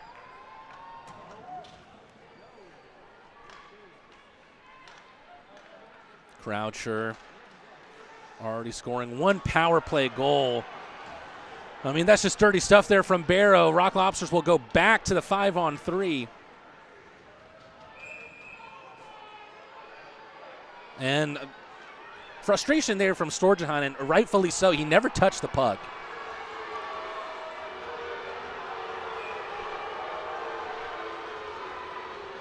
I don't know what Tyler Barrow is arguing about there. He pretty much pulled the JBL clothesline on Luke Croucher.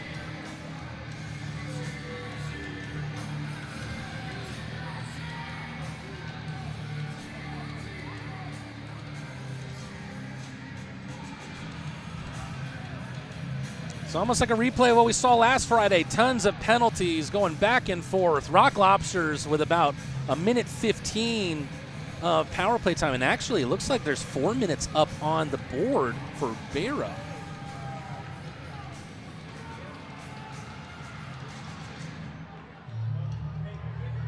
So a minute 15 of 5-on-3. Barrow is now leaving the ice.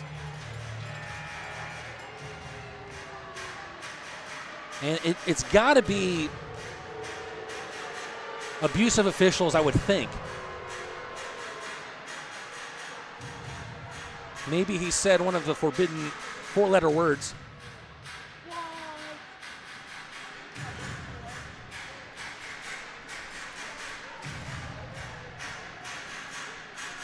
No matter what your view of the officials are in this game, obviously both teams are getting annoyed by it. Temperature continues to rise on the ice.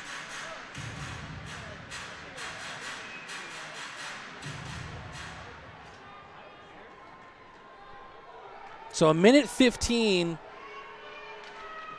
left on the 5-on-3, but there's still 4 minutes left on power play in general for the Rock Lobsters. 10-minute misconduct for Barrow. Shinkaruk looking for another slapper. It's been hot lately. Clearance from the River Dragons as they send it to a safer zip code. Shinkaruk with speed. Neely, Milan at the right dot. Maye. Some power play time for the Rock Lobster newbie. Slight tip on the pass from Milan to Neely. Looks like Neely's wearing the visor again. Milan with a slapper, skipped off of Croucher and over the bar. Here's Croucher again. Tries to get the pass off. Got hit up high, bumped him off the puck. Maye looking for the top shelf. Falls past Neely to Shinkaruk. Maye once again looking for Croucher. Neely can't bat it out of midair. River Dragons get a skater back, but Athens still on the power play.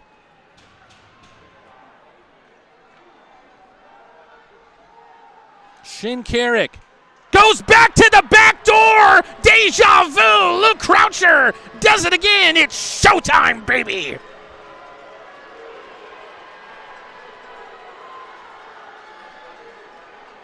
This time, the timing works out in the Rock Lobsters' favor. They score before it read 2 more minutes left on Barrow's penalty.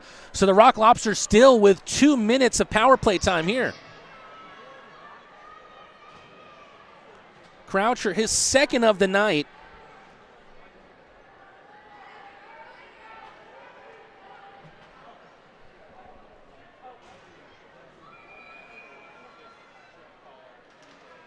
Resuming play, Athens now within one, still on the power play. This story is not done yet.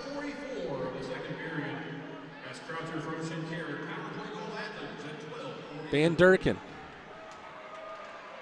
Virgili. Back to the Moscow Mule. Lowell.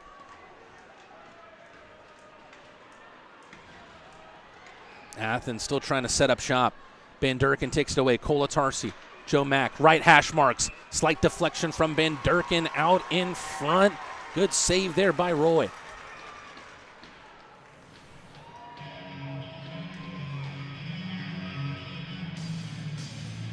Garrett Rutledge has told us before, you could just never count out this Rock Lobster team. They continue to work and work and work.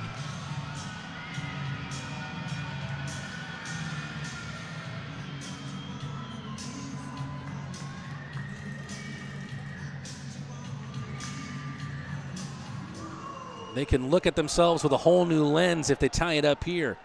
Croucher continuing to make plays. Comes off of Roy, down for Neely. Rock Lobsters recycling, resetting. Maye once again looking for a pass out in front. Shinkaruk gloves it down. River Dragon committed forward. No offside there against the Rock Lobsters. A big hit though, I believe from Ryan Hunter on Milan, and Shinkaruk immediately took exception.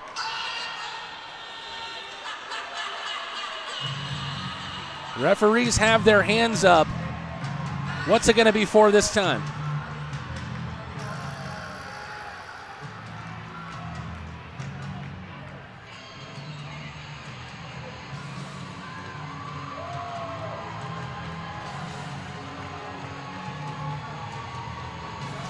And I'm not sure if we've seen. Yes, Milan is in front of the Rock Lobster bench with his bucket off. Well, there's 60 minutes to play in regulation in hockey, but I do wonder how much time we've spent officiating the game.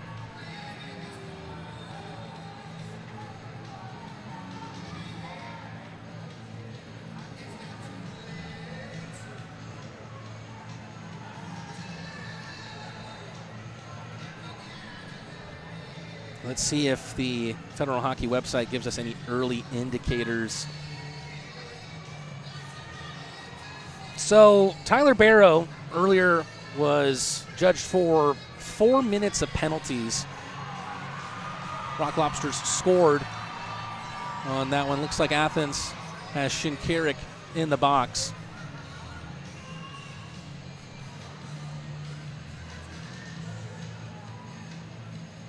Will that be all that comes from this?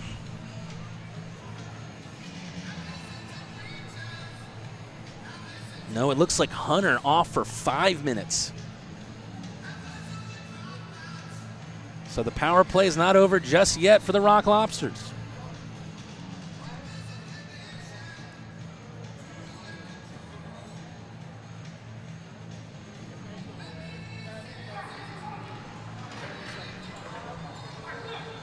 It doesn't have the same feeling. You might remember last Friday's game, the Teddy Bear Toss game, Rock Lobsters against the Ice Cats. It doesn't have that same feeling to me where it seems like, oh, these two teams are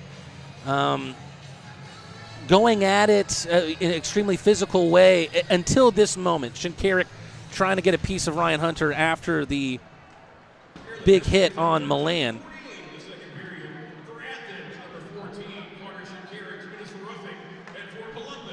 Croucher, Neely, Croucher into the breadbasket of Roy. It feels more so just like an over-officiated game. So Ryan Hunter is out of this game. Game misconduct for Ryan Hunter and a boarding call against Garrett Milan.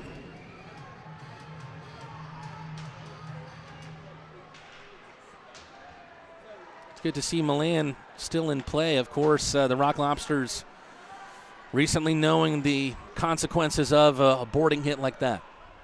Maye, Milan, quick zip pass over to Neely that splits the ice. Maye running the point here on the power play.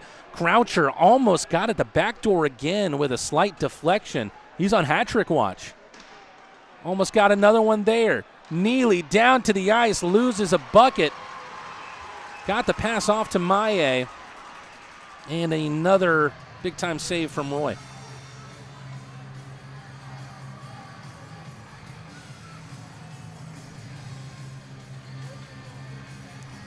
So a game misconduct boarding call against Ryan Hunter. There has already been 2 players kicked out of this game.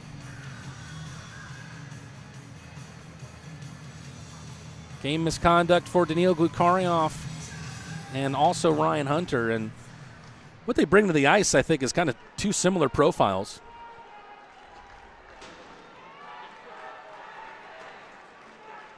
Rock Lobsters having a reset in their own ice. About a minute of 4-on-4 here. Milan stick handling into the slot. He's got a ton of goals lately, but he's been looking for the highlight reel effort. Croucher, high slot shot, looking for the short side, slapped away by Roy. Croucher keeps it in, but gives it away. Sabad on another breakaway, but it's elbowed away by the Great Wall of Montreal.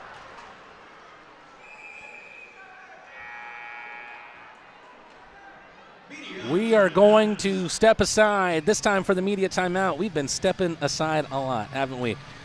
About 4.5 minutes left. Rock Lobsters going to have some power play time here soon enough. Stay tuned.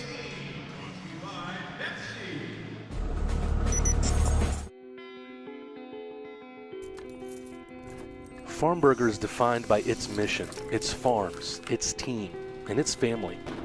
In 2008, our co-founders gathered around a single idea: redefine the burger by bringing together a community of ranchers, farmers, chefs, restaurateurs, and eaters. Our promise is to strive every day and with every burger to uphold these core values to each and every one of you. We do that by holding ourselves to a higher standard. Grass-fed and grass-finished, that means our cattle are never fed grain. Our belief feeds our mission, and our mission is to feed you. Meet our professional team, where the best customer service is our promise. With over 5 decades of expertise, trust Stanfield to keep you comfortable. Schedule online at stanfieldair.com.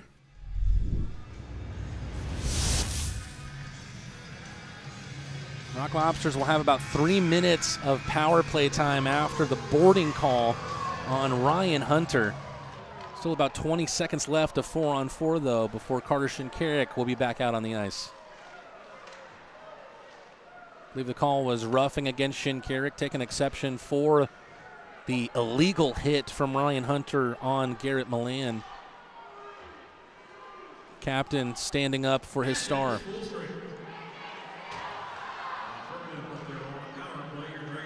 Lavalier gloves it from afar. Shinkaruk back in play, an important piece of the power play. Virgili, drop banker, Milan. Maye. Mac to Maye, to Milan. Mac at the hash marks. Off the stick of Stoya, high up on the glass. Shinkaruk rides the boards. Maye back into the corner. Captain fantastic.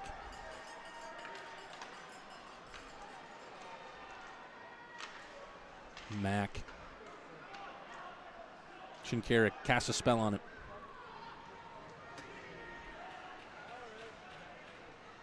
Milan got free, but it's hard off the boards. Exchange between Mac and Maye. Shinkaruk been getting in the Ovi spot on the power play lately, but his pass to Mack is under the Michigan native's stick.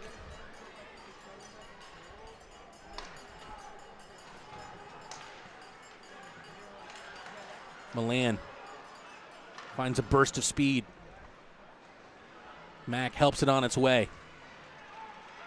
Shinkaruk couldn't get a piece. Storjahan gets it out. Win. Sends it long. Storjahan looking for the shorthand on Maye. Right shoulder save by Lavalier. Athens getting caught in their own zone. Maye looks like he took something up high. Went and grabbed the nose. Referees either didn't see it or didn't agree that it was a call.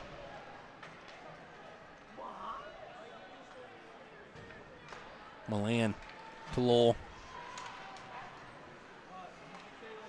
Croucher. 2 goals already in this one.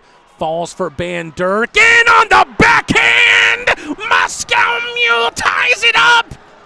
In an improbable scenario! Rock Lobsters down by 3 after the first. It's a tie game at 4-4.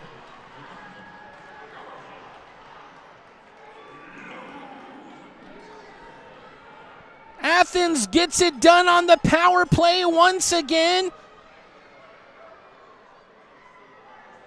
Plenty of penalties for both teams, and the score is knotted up.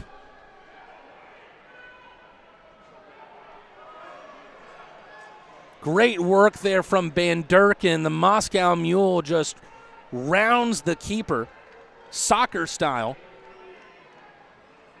Put the feed bag on the mule and let him eat.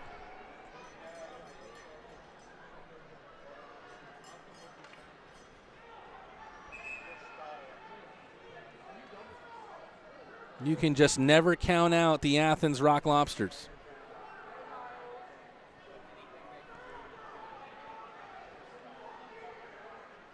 Looks like there's an equipment issue for the River Dragons.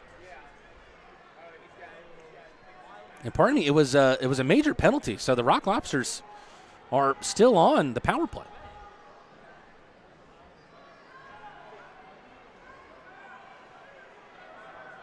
Much of the chagrin of the River Dragon fans.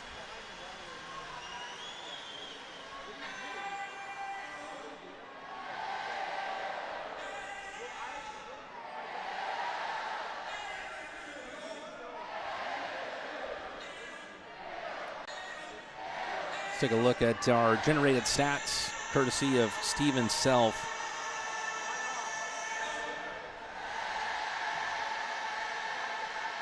So the Rock Lobsters had more penalty minutes than Columbus in the first period. Now the River Dragons with 45 penalty minutes. The Rock Lobsters with 27.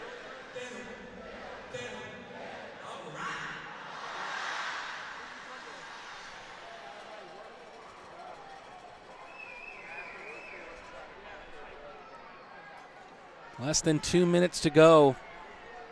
In the middle period, Rock Lobsters still have 40 seconds left of power play.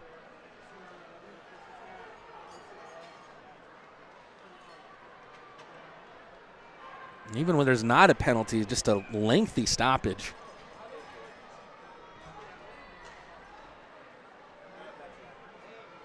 I've already been here nearly 2 hours. Athens power play goals, scored and assisted by number 12, Lee Van Durken, at 18:08 in the second period. That's Van Durken power play goal for Athens and assisted at 18. Van Durken, unassisted goal, according to the stat staff.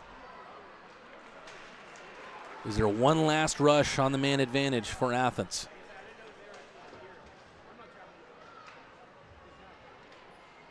Johansson.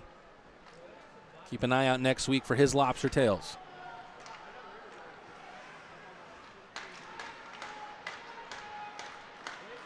Columbus penalty ending. Virgili can't shepherd it. That's out of play.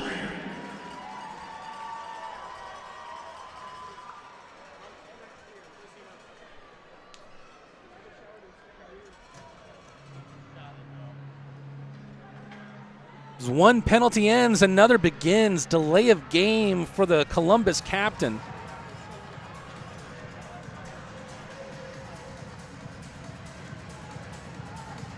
And that's when you can't really argue.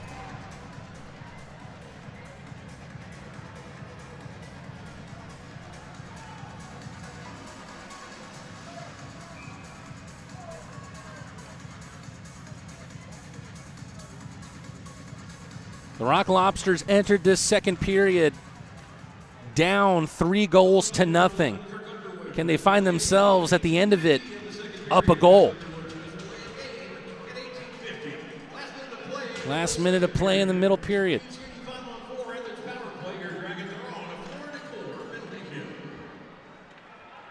Milan sends it away. Pizzameni trying to keep it in possession, shed more time off this Rock Lobster power play. Maye with a forecheck pressure. Neely wipes out, loses an edge. River Dragons have numbers committed forward. Maye, a good handle there. Milan buzzing around just like Croucher is. Slight tip from Maye, sends it to Milan.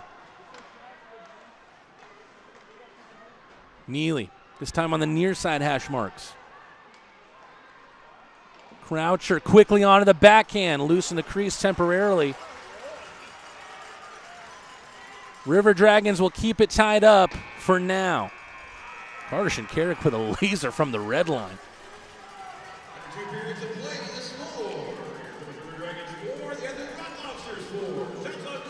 A tied game at 4 goals apiece, and I have to look up at the score bug multiple times just to see if my eyes are tricking me or not.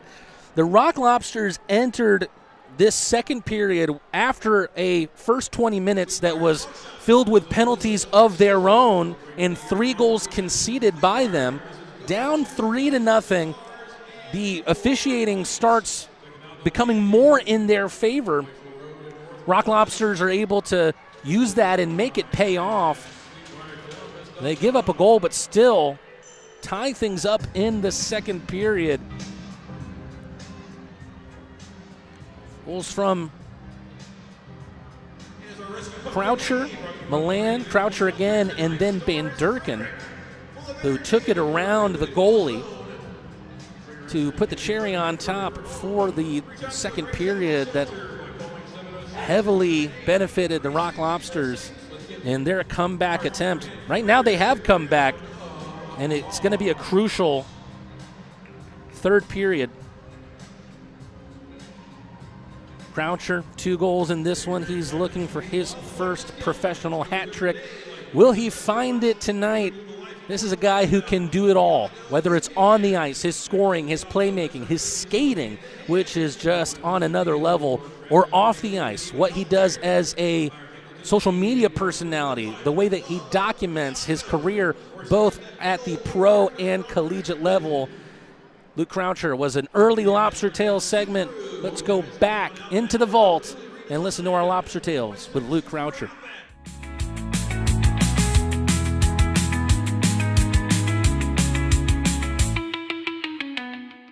Hey there, Crustacean Nation, and welcome back to Lobster Tales on the Athens Rock Lobster Network. It's the go-to way for you fans to learn more about your favorite players. As always, I'm your host, Mateen Rad, and my guest on this episode currently leads Athens in scoring, and he's made the transition from college to the pros look easy. Welcome to the show, Luke Croucher. Thanks so much for joining me, Crouchy. Thank you, Mateen. I appreciate you having me on the show today. I'm excited to see what this brings. Of course, man. We got to have you on, especially with the kind of run you're having. We talked about how easy you've made the transition look, but can you tell us firsthand how that step up in competition has felt for you in your first 4 games? Yeah, I think just being able to build habits and routines is like a big part of what I do. I think that was I think the adjustment, surprisingly, college versus pro, the game slows down a little bit. A lot of people wouldn't realize that. When they come to this level, you expect a lot more because you think it's like pro level. But you don't realize like the guys are a lot smarter. They think the game more, and it's more kind of understanding. How do you adapt to that? How do you think the game more? And that's kind of the step I'm trying to take in my game. Obviously, it helps having a little bit of speed up the middle and on the wings, but nothing but awesome teammates and everything like that. So pretty fun adjustment, honestly, from college to pro. Whatever line you've been on so far, you've been making important contributions on. Most recently, you've been centering the two Russians in Gleb Bandurkin and Daniil Glukharyov. How does it feel to be playing between those two right now? It's actually exciting. They play with free will. I think Danny and Gleb are they gel so well together. So it's you're just trying to contribute to what they're doing. They have good chemistry together. They've been absolutely amazing. And I love the fact that they're both players that take risks in their games. I think a lot of players, even minor hockey players, just don't take enough risks. And that's why they don't see rewards, and they're fun to be around because they're so creative, and it helps me keep my free will as well to do great things. So I think all of a sudden we just kind of fell into line with each other against I believe Pee Dee there this past weekend, and it just worked, and it sparked, and it's something that's positive. Yeah, it seems like they're getting in good spots, and you're doing a really good job of finding them right now. Going back to the beginning of this year, what can you tell us on how the opportunity with the Rock Lobsters emerged for you? I do know that you and Coach Rutz kind of go way back a little bit. Yeah. So Coach Rutz and we never really crossed paths with each other at any points, but we were kind of embedded into organizations at one point. I believe it was the Oakville Blades, and he also knew past coaches of mine when I played Junior B for the Hamilton Kilty Bees in the Greater Ontario Junior Hockey League. And it was just kind of, it's just how hockey goes. Like one phone call here, one phone call there. He made a phone call to Newman, and then he realized that I was at Newman. He made the connection. He tried to get two of our players from Newman down there. Unfortunately, only one of us got down here in the end, and I've been just fortunate that this connection's happened. I was honestly debating hanging up the boots this year, and I'm actually just thrilled I just took kind of the opportunity to do this and just try it out and see what happens. And now we're here. I think even more opportunities are going to come for you down the line as well, Crouchy, with the way you've been playing. It might not just be on the ice either. You might need to teach me how to get some more YouTube views and subscribers, man. You have nearly 3,000 subs, more than 100,000 views on your YouTube channel, where you've documented what it's like to be a D3 hockey player at Newman University. Yeah. I was curious, what inspired you to put your story out there like that? I think there's a lot in the hockey process nobody sees.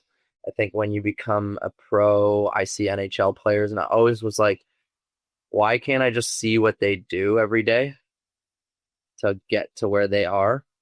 And I didn't know whether I was going to continue playing or not. That's why I thought it was important to make sure I just documented the process too. There's actually 5 to 10 videos that are unseen, that are unedited and like ready to come out. So there's a lot more coming this way. I just took my senior year to just enjoy it, not worry about all the, the sparkly stuff, I guess. And yeah, it was just kind of like figuring out what if I was a kid who was 10 years old again, what would I want to see? And I think a lot of it actually came from my roommates pushing me. I'll shout out my old goaltender, Cole DeFazio. He pushed me into actually creating YouTube and starting YouTube because he saw I used to watch a bunch of goalies who used to make content and Dana Life content. And now I see like Willie Stiles making Dana Life videos on YouTube. It's kind of cool that it all emerged like this, but I feel like this is just the beginning now, and now I can document my pro journey. So it only piggybacks onto other things and hopefully greater things to come. Well, it's good to hear that some of your teammates were motivating you, because I watched that first episode you ever did, and your teammates were kind of busting your chops at the time, telling you not to bring that to the game. Right now, pregame, why not? What are they going to do? And if I score today, like 3 goals, what are you going to say? Okay. Then we're okay. Were you ever discouraged from continuing on, or did you just not let that kind of stuff bother you? Obviously, as much as people would like to say, hey, try and like cancel out the noise, it's hard to do it all the time.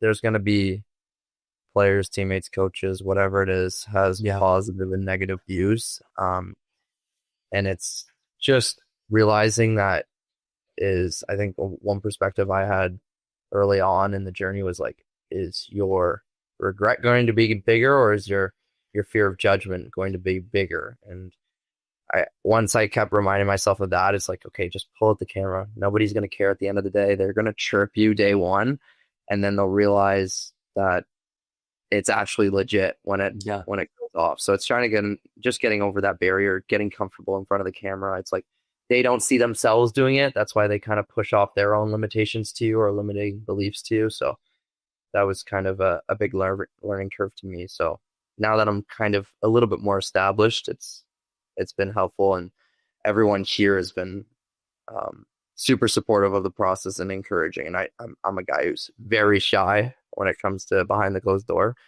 So I try to not to get in anyone's way and just document what I can do and what people see of me. So no, I think that's a really, really healthy mindset and perspective to have. And I think inquiring minds want to know, are there any plans for you to continue documenting your journey now as a pro player with the Rock Lobsters?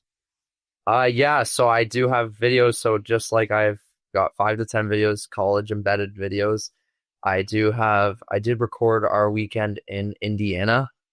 I mean, some of our players might have not even known I've been recording in Indiana. I did let the boys know.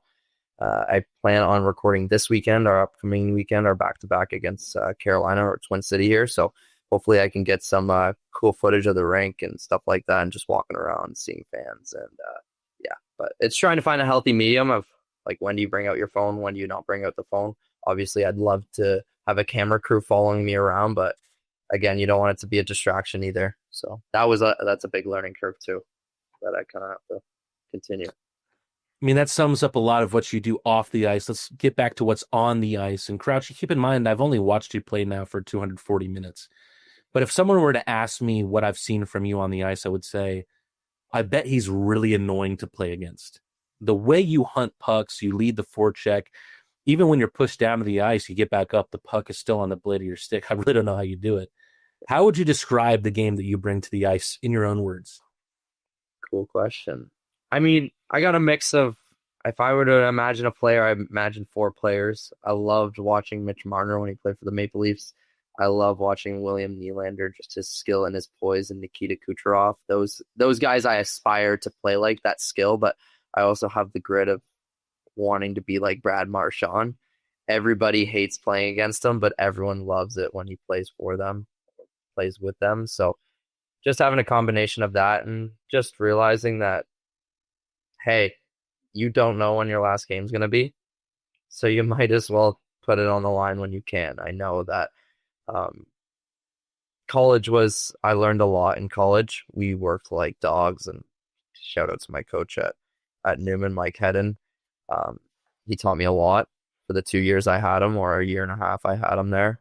And I'm hoping I can just continue to keep the ball rolling here. So that's kind of a description of my game, if any. It might be presumptive of me, but I think if there was one person on the team that had a similar game to you, it might be Garrett Milan. I mean, an MVP last year. Right now, you're getting off to a hot start. Has there been anything that you've tried to pick up from Millsy's game since you two have started to share the ice? Yeah, for sure. I see him, and we look. I'm not saying we look alike. I'm saying we play probably pretty similar games. And both being very. We've been chirped before. He says he's still taller than me, or says I'm the midget on the team. But it's good to know guys who've been successful. Like, he played at St. Cloud for, I think, 4 years there.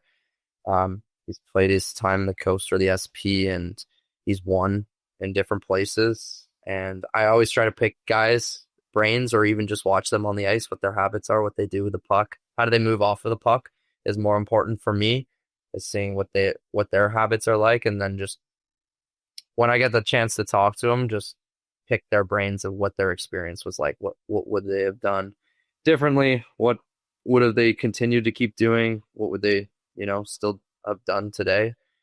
And I think even Nielzy too, Eric Nielzy, who we've acquired too, Shinks, older guys that have just been through the process. I was just on a car ride home with Joey. I still don't know how to pronounce his last name, but Coley. All great guys on our team, but cool to pick their brains just to see what their process is like and what their perspective's been, because they've been through the whole process. So just continuing to learn. I think if you just be a student of the game, that's all you can ask for.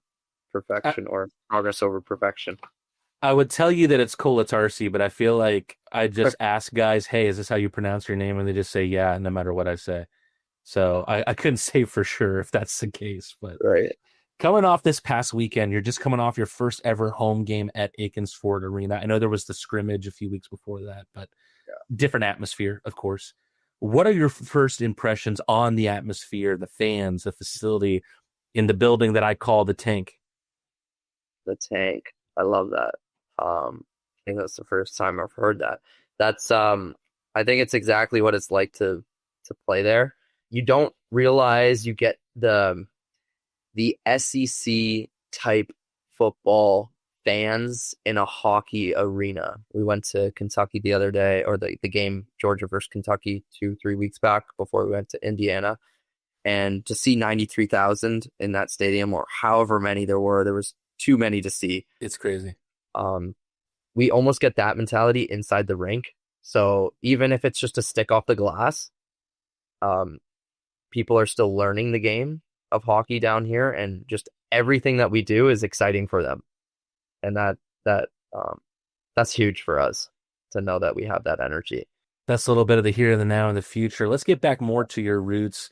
I knew you grew up in Ancaster, Ontario, within the city of Hamilton. I mean, you already talked a little bit about Marner and Nylander. Does that mean you most likely grew up a Leafs fan? 100%. And don't get me wrong, I love Austin Matthews. But yeah, through and through. I used to be a Patty Kane fan. Loved my Sidney Crosby and Alex Ovechkin growing up, of course. Used to be a Washington fan growing up just because I love scoring goals. And but had to bring it back to the roots at one point or another. I mean, that kind of answered my next question, as if there was a player that you watched growing up. Sid the Kid, Ovi, obviously, those are really good answers. But otherwise, childlike instincts. Halloween night coming up on our Friday night game. Were there any memorable Halloween costumes for you, either as a kid or a college player? Maybe you went as Sid the Kid for Halloween one year. No, you know what? It'd be funny, a hockey player going as a hockey player, right? Never got the chance to do that. I'm going to be honest with you. Most nights in Halloween, I think I can only really remember a few. Maybe I was a Power Ranger once, but most Halloween nights, we'd be either practicing or playing. That's just how it's like in Canada. Halloween's not treated as a vacation. I do remember just a photo of more my parents. They used to be M&Ms together. I think that was cool. And having a long distance girlfriend, I bring that back, but that's about it. Nothing crazy. Not that I can remember of. I'm trying to decide whether or not I'm going to have a costume in the booth. I don't know. I don't know if it's worth spending the money on a costume just to have. I'm seeing anyone wants to go Lobsters with me. If players showed up to the rink as Lobsters Friday night, that'd be memorable. And then I'll go out in the city of Athens after, and they'll know the Lobsters are out. Everybody will know. Everybody will know.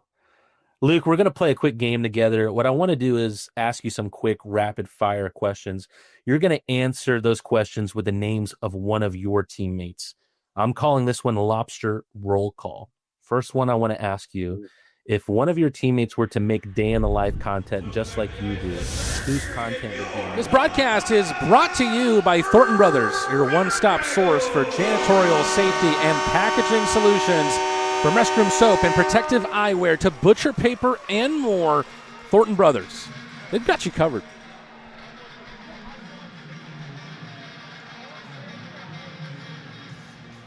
Well, maybe y'all could tell me, did something happen in that second period? I can't remember. Taking a look at the stats, 43 minutes of penalties against the River Dragons in the second period. The Rock Lobsters used it to their favor. At the 4:41 mark, Garrett Milan, a high slot wrister, makes it 3-1. Luke Croucher gets loose at the back door, passes it into the back of the net after a beautiful feed from Garrett Milan to make it 3-2. You start thinking, maybe that's the backbreaker there, when Lucas Texmo is able to restore a 2-goal lead for the hosts, but then more and more penalties packed on to the River Dragons. Luke Croucher scores his second of the night before the Moscow Mule, Gleb Banderkin, rounds the goalie on the power play. Right now, 3 power play goals. The Rock Lobsters down 3-0 after the first, tie it up at 4-4 in the second.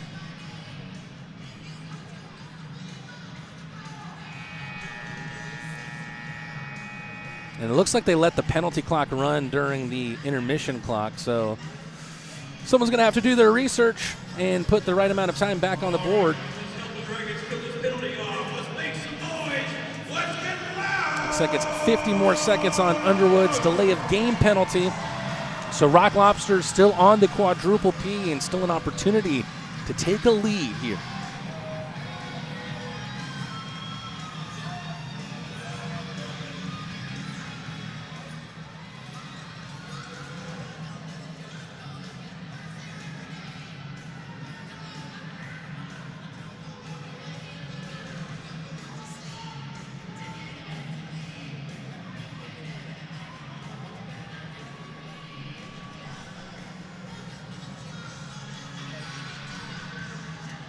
Slight delay in the start of the period. It looks like Tyler Roy wants some sweeping of his crease done.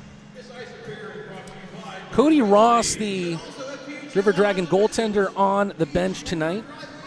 Trevor Babin considered day-to-day.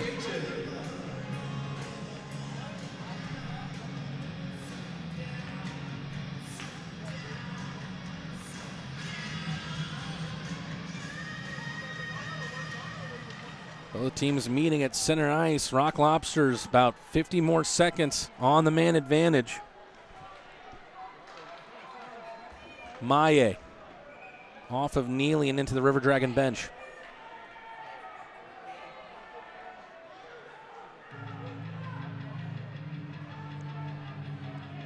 Referees have not made themselves any fans in the Dragon's Den tonight.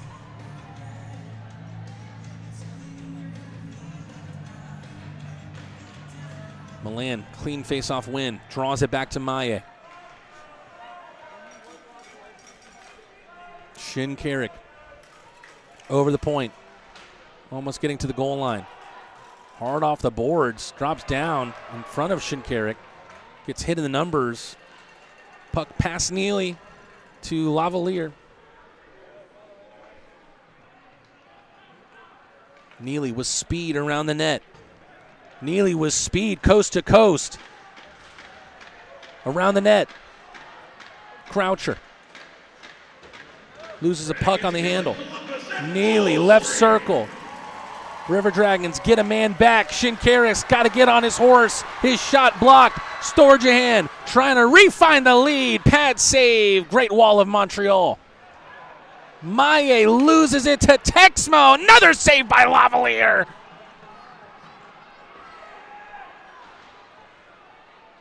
Two perhaps of the best saves of the night for William Lavalier, coming just about a minute into the third period.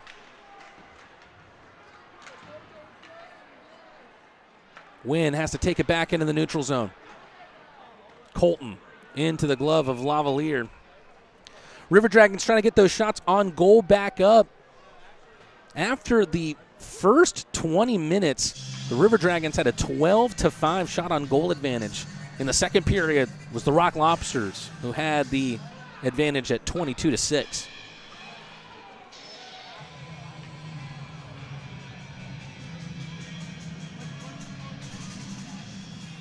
About a minute and a half gone.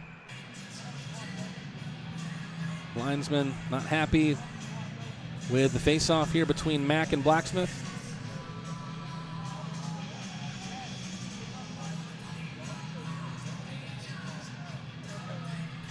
Mack gets kicked out. Virgili takes his place. Joe Mack Trying to get in behind Wynn.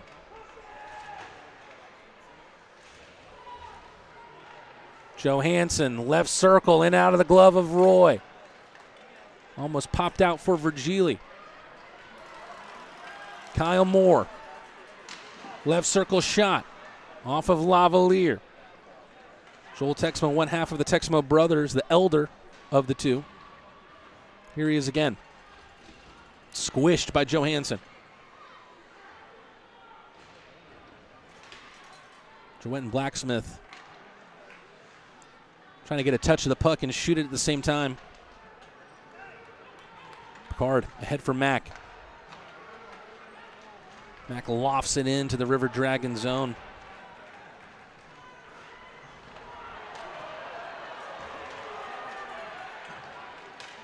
There's a slight shove in the back of Texmo there by Mack. Neely was out in front. Great pass from Van Durken. Neely didn't have as much space between him and Roy as he thought. Van Durken again meets a body at the line, and Neely made his way into the zone, offside against the Rock Lobsters.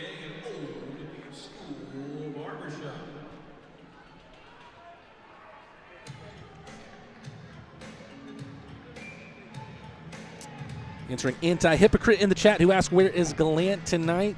Kason Gallant picked up a knock in the game in Athens last Friday.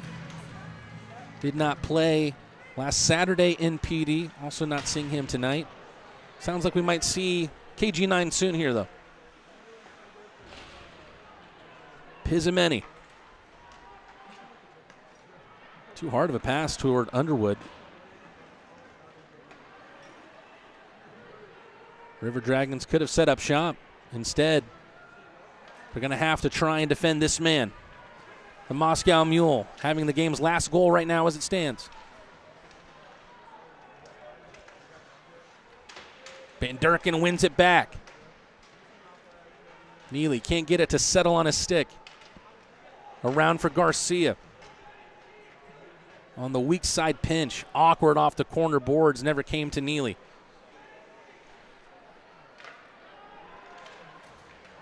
Garcia. Van Durken keeps it in the zone. Croucher up ahead for Neely. Never got it on his tape.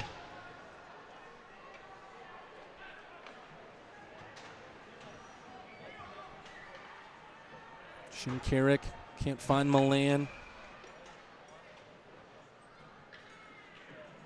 Whistle there.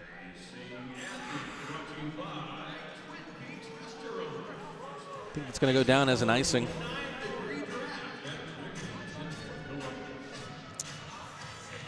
Not much separating these two teams right now in the third. If anything, it's probably the River Dragons that have the better opportunities thus far. Those two shots on Lavalier about a minute in.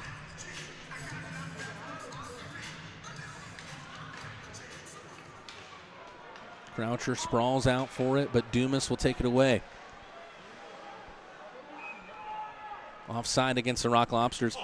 Dominic Dumas, who has been deployed lately as a defenseman and started this game as a defenseman, but is now getting deployed as a forward as this game goes on. Some questions about when Michael Greco will be back. No timeline on that just yet. Still think Michael's probably about a week, maybe two out, according to Garrett Rutledge. Milan pokes in at it hard. Lavalier has to touch it with a glove and then gets it away as he made a play out of his crease.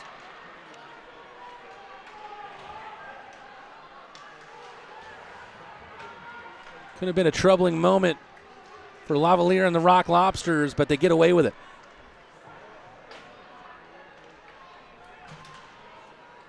Picard. Good poke check there from the ice pick. Two River Dragons now getting in their own way. Picard.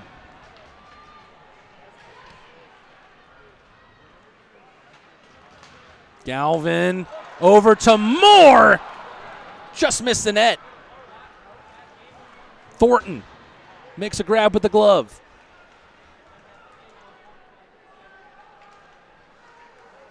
Blacksmith. East to west pass. Thornton.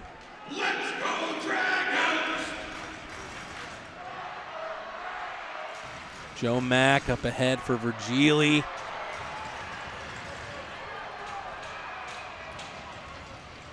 Another offside call against the Rock Lobsters. We go to the commercial break for the first time in the third period. Still a tied game at 4-piece. The Rock Lobsters were down 3-0. Now this game needs a winning goal.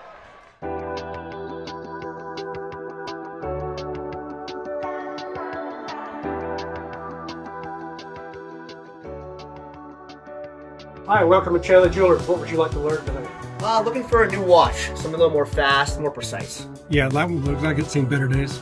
And let's get you something that can keep up. Oh snap, I got a game to get to.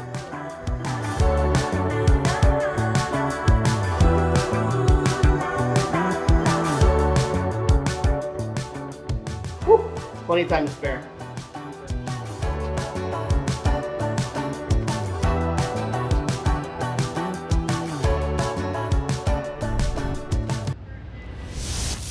Do you want to move better, feel stronger, live healthier? Join Athens Health and Fitness.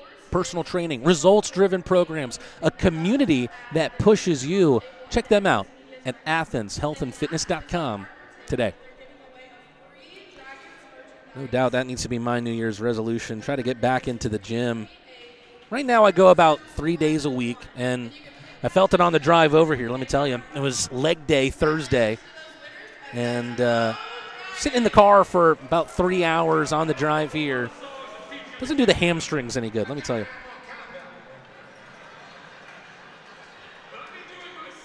Meanwhile, the Rock Lobsters just needed a little bit of a stretch of the legs in the first period.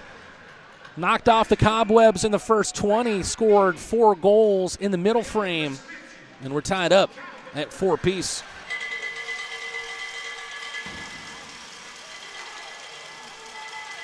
No icing, say the officials.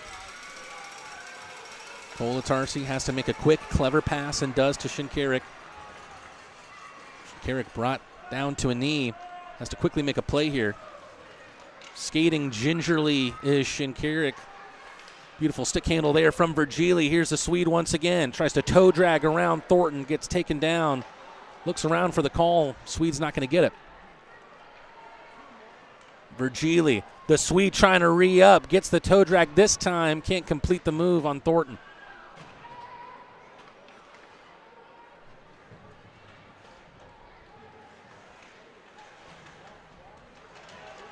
Lowell. Tyler Barrow back in play after serving 12 minutes of penalties. Garcia almost loses it in his skates. Gets it away from Thornton. Thornton getting up the ice quite a bit. Snap shot on the wrister from Galvin. He was trying to galvanize this River Dragon team. Neely gets to the loose puck. Jesse Lowell, plenty of sheet in front of him. Neely trying to feed the mule. Neely couldn't find Lowell. Galvin centers it, cut out by Johansson. Icing against Athens. Pardon me, it was actually Maye who's going to get called for the icing here. For those of you who may not know, Devin Maye, first game as an Athens Rock Lobster Day, 10 games played with Nantes in the second tier of French hockey this season, but also played pro lacrosse in the National Lacrosse League. There's actually 2 lacrosse leagues professionally in the United States. Well, the North America, I guess is the right way to put it. PLL and the NLL.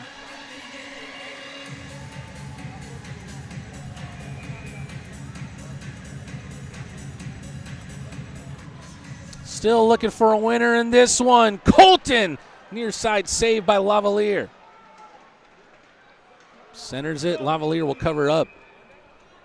Didn't like what he saw around him. Gives the game a chance to reset on another face-off.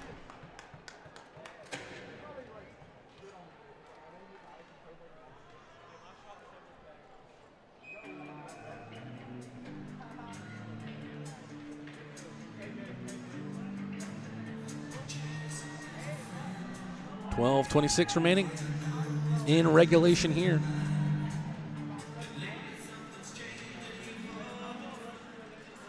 Milan, Shinkaruk getting up ahead in the play. Joel Texmo takes it away from Milan. Kolatarsi knows where the pressure's coming from. Takes it away from Colten. Milan.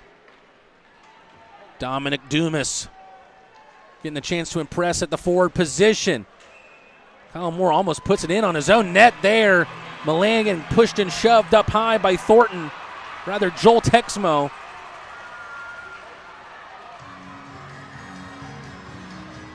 Joel Texmo needs to be careful because a couple weeks ago, he dropped the gloves with Carter Shinkaruk. Carter Shinkaruk took care of business in that one, got the better of Joel Texmo, and Carter Shinkaruk has already shown tonight that he's more than willing to step up for Super Milan. Super Milan and Captain Fantastic. How about those two as a superhero duo? Ty Benton asking who's on the list for interviews. Well, we just recorded Jack Johansson. That should be out next week. After that, I still have both the Joes to do, Mac and Kolatarsi. We have Dominic Dumas. We have Devin Maye, obviously just joined the team. Who do you guys want to see? Let us know in the chat who you'd like one of the next Lobster Tail segment to be. That's beautiful from Shinkaruk. Luke Croucher on hat-trick watch. We saw him score a similar short side goal in Indiana to start the year. Kolatarsi hit by Sabat into the corner. Croucher just bounces off that. Been calling him Showtime to kind of comment on his resemblance to Patrick Kane, but maybe he should be the rubber man. High slot shot from Sabat. Lavalier saw it the whole way. Not a lot of traffic out in front. Anti-Hypocrite asking for Matt Garcia for Lobster Tales. We have a Lobster Tales segment. I believe he was our first ever one. Might be Matt Garcia. Go out and check the vault. You can check our playlist here on the official Athens Rock Lobster YouTube page. Of course, all of our Lobster Tales here on the home of the Athens Rock Lobster broadcast. Picard takes it in. Max centers it. Virgili shovels into the mid-section of Roy.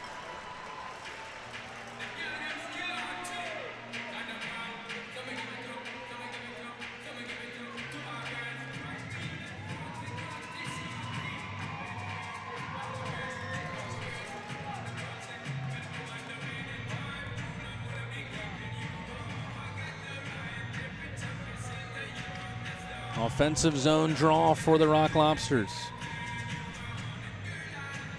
Joe Mack will see Ryan Galvin kicked out this time. Athens can't keep it in. Jack Johansson, the pride of Milford, New Hampshire, their favorite son. Mack on the forecheck. Thornton dancing in his own ice. Galvin trying to re-electrify the Columbus Civic Center. Mack takes it away. Here comes Brandon Picard. Left circle shot into the safety netting. Brandon Picard still on the search for his first goal of the season this year, and that's really where he scored his similar goals from last season. Goes quick over the point and left circle shot, maybe left hash marks, able to find the back of the net. A scoring resume in terms of the kind of goal scored, very similar to Case and Gallant, just usually more on the left side instead of the right.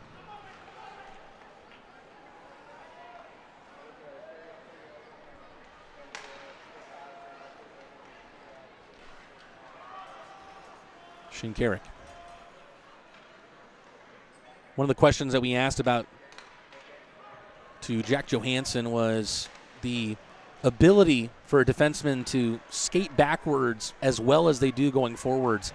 I don't think there's a better backward skater in this league than Carter Shinkaruk. Lowell with a no-looker. Rock Lobsters on the forecheck. Can't keep the pressure up. Matt Garcia commits the penalty there on Moore. River Dragons with their first power play in a while here.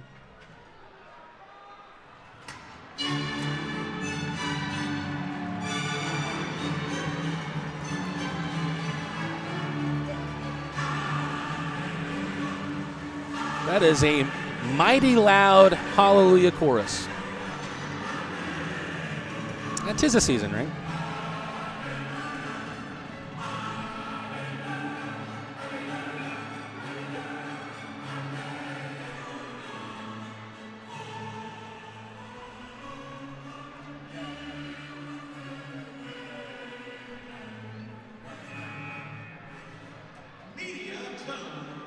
Looks like we're going to another commercial break here. Still tied at 4 apiece, but the River Dragons on the power play. Rock Lobsters, can they keep it tied up? Thank you for calling Thornton Brothers. How may we help you? When the call comes in, our team moves fast. Because in our world, every second counts. Every delivery means protecting people, product, and places no shortcuts, no excuses. From warehouses before sunrise to late-night drop-offs when the rest of the city sleeps, we're the steady hands behind the scenes. On the arena floor, in the back hallways, and down to the locker room supplies, we help keep Athens ready, stocked, supplied, and moving. The fans feel it, the players count on it, the community depends on it. Thornton Brothers, proud sponsor of the Athens Rock Lobsters.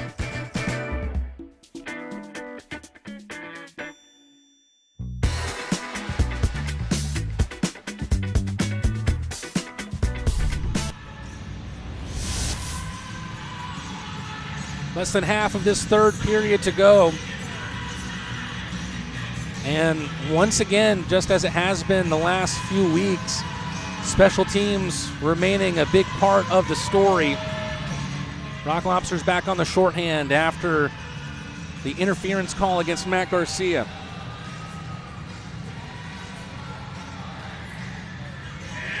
River Dragons with a face-off.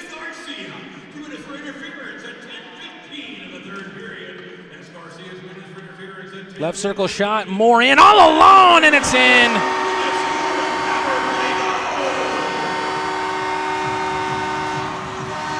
Seconds into the power play starting, the River Dragons lead once again, and now the Rock Lobsters will have to work from behind again.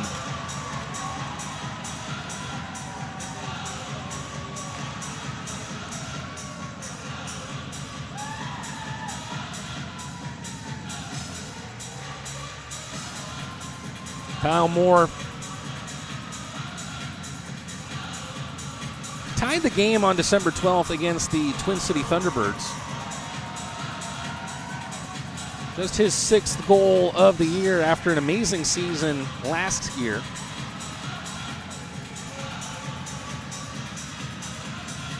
Was very, very important for the River Dragons in the playoffs, specifically against the Rock Lobsters in Game 1 of the playoffs.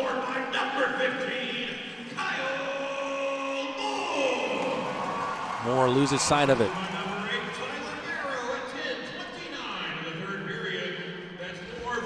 Face-off win for the River Dragons. Seconds after the power play starts, they have their lead back, and they have their wind back.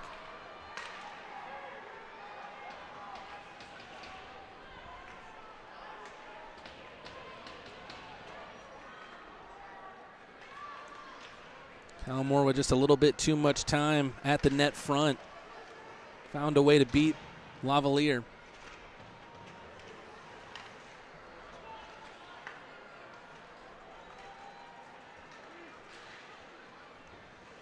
And after so many penalties in the first 40 minutes, I believe that was the first power play of the third period. Might be another goal here. Sabad misses on the far side. Looks for another shot. Gloved by Lavalier.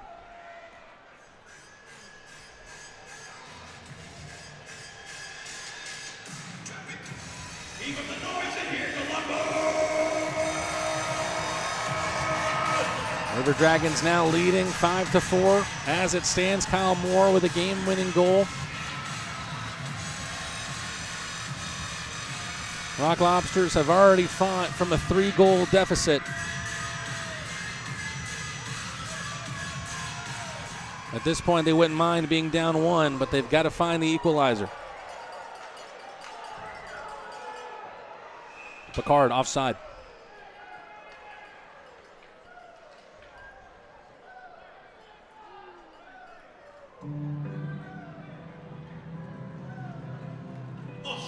Rock Lobsters a little shorthanded. I'm not talking about the penalties.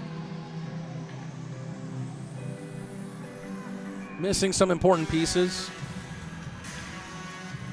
Michael Greco injured for a few weeks, maybe a month now. Kaysen Gallant missing his second game in a row.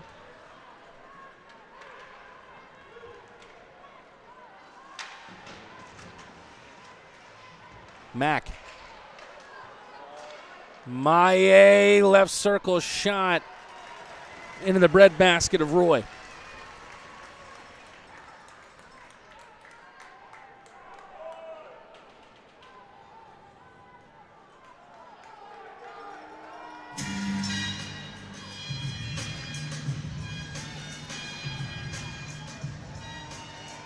This line of Picard, Mack, and Virgili going to stay out on the ice. Shinkaruk and Kolatarsi behind them.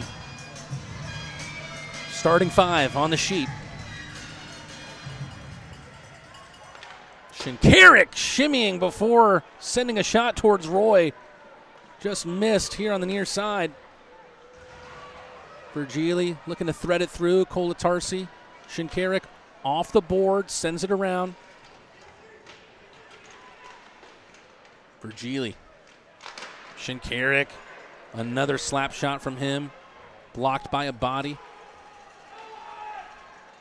Icing this time against Columbus. Columbus brought to you by Twin Peaks.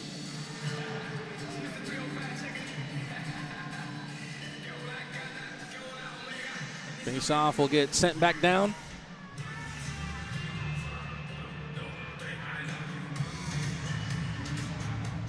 Another Friday night in Columbus.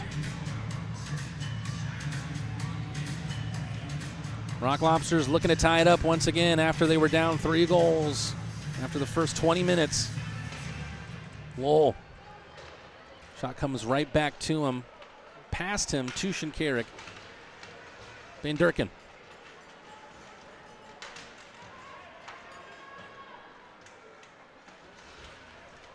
Lowell's arms get tied up. Trying to use his right skate to get it between the legs. Barrow trying to go 5-hole. Lavalier squeezes the quads. Colten in and out of the glove.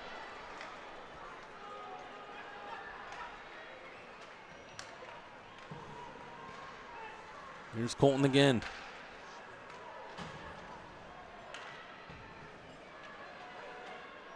Kolatarsi, I think, maybe thinking that it was an icing. Let's go Dragons! Van Durkin.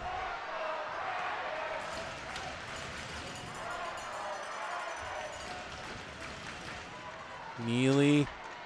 Van Durkin. Maye. Little tip out in front. Jack Johansson.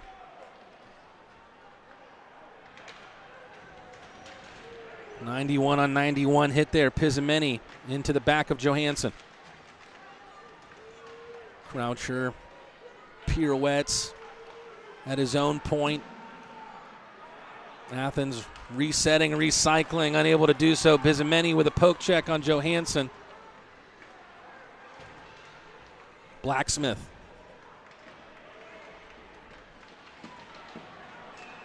Blacksmith on the wraparound, then trying to poke it through the gear of Lavalier.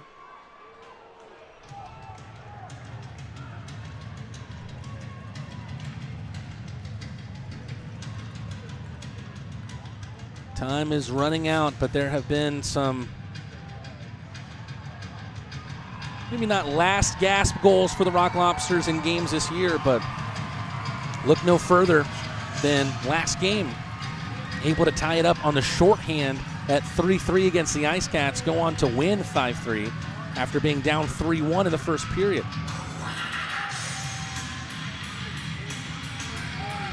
Many of those watching this game maybe wouldn't have even thought that this scoreline was possible with the Rock Lobsters down 3-0 at one point. Another wraparound attempt. Lavalier stands tall.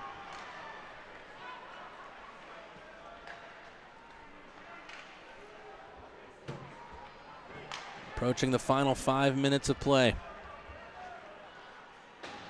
Dumped into the near corner.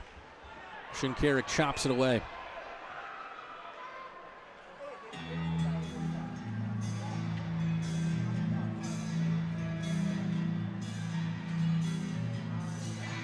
Columbus trying to put this game to bed, but putting the Rock Lobsters away is never easy.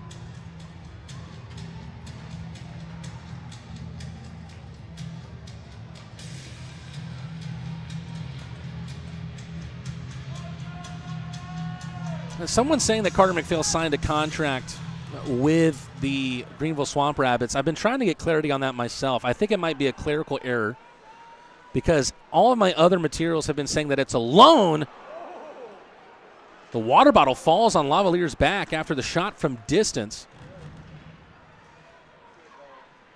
All the materials I've seen, specifically the Rock Lobsters release, I believe said that it was a loan to the Greenville Swamp Rabbits, but I do think Greenville had a graphic that said that it was a standard player agreement.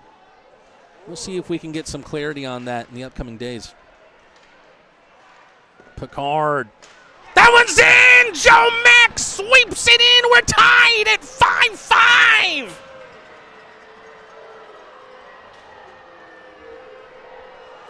When you get yourself to the net, good things will happen. And the Mack truck is able to score once again. His first goal since that goal at home against the Monroe Moccasins. A tic-tac-toe move just 37 seconds into that Sunday game in Athens against the Mocs. Goal number 4 of the year, but goal number 5 for the Rock Lobsters in this game, and we're knotted back up. This one just doesn't know how to find an ending. Picard with assists now in back-to-back games. Here comes Lowell. Poked away from him by Thornton. Bodies on bodies, pushing and shoving. Lowell finds an answer. He finds Neely.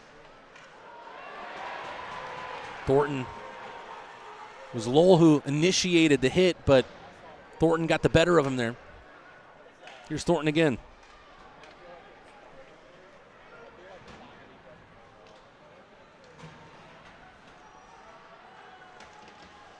Shinkaruk. Somewhat of a risky pass to Milan. Milan is a good risk mitigator.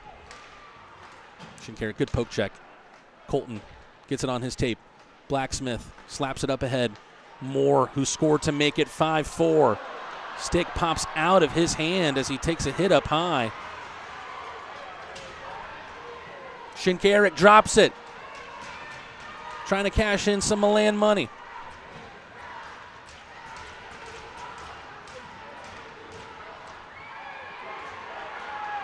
Maye. Kyle Moore looking for the reverse hit there.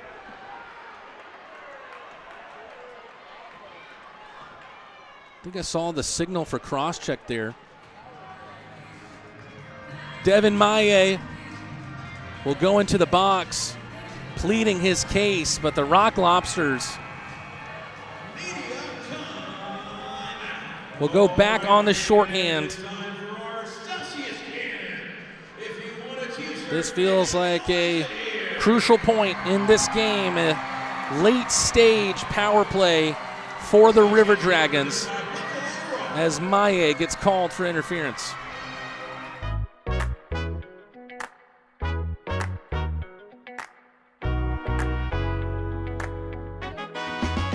As a hockey player, my health is everything to me.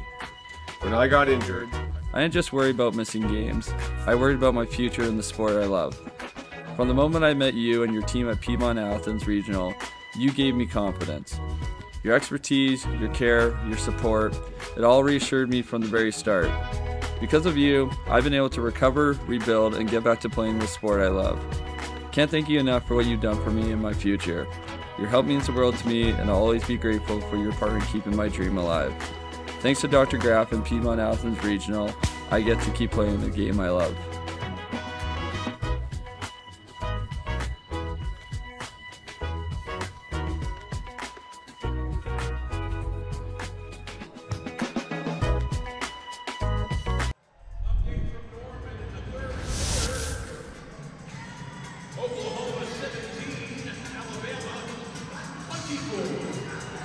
River Dragons will spend a large portion left of regulation on the power play in a game where there has already been a number of power play goals. Penalty number 19, 6 to be exact. of the third period. As May has 2 minutes for interference at 17:07. Make some noise, your Dragons are on the public. Devin Maye, 2 minutes for interference. The Rock Lobsters are a game removed from scoring a very important shorthanded goal to tie the game at 3-3 against the Pee Dee Ice Cats. They would go on to win that game 5-3. Rock Lobsters with 5 shorthanded goals this year. But the number one mission needs to be keeping the puck out of their own net. Kolatarski can't clear. Moore, high slot. Scored on the power play to make it 5-4 in favor of Columbus before Joe Mack tied it back up. Storjahan cuts the ice. Barrow. Knuckleball from Kyle Moore back out in front. Left hash marks.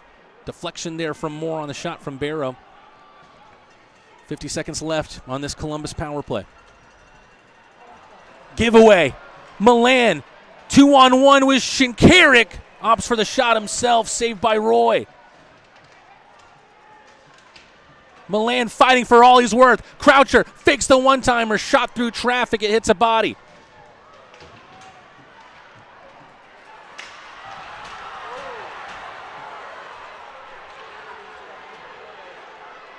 Didn't see what happened, but apparently there was something that happened with Croucher at the Columbus net.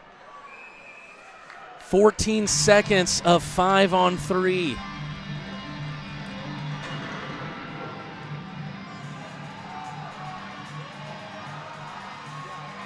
With the Maye penalty just about 14 seconds away from expiring, the Rock Lobsters will add another in the sin bin, and things are looking dangerous.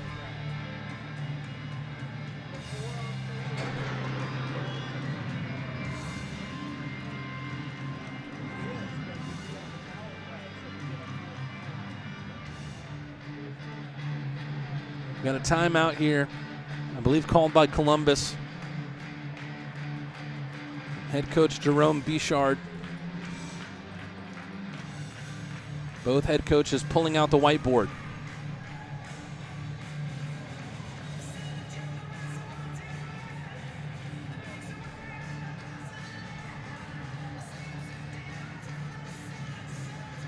Timeout, Columbus.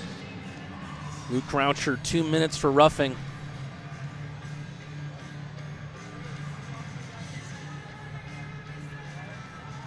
My eyes were on the action on the puck.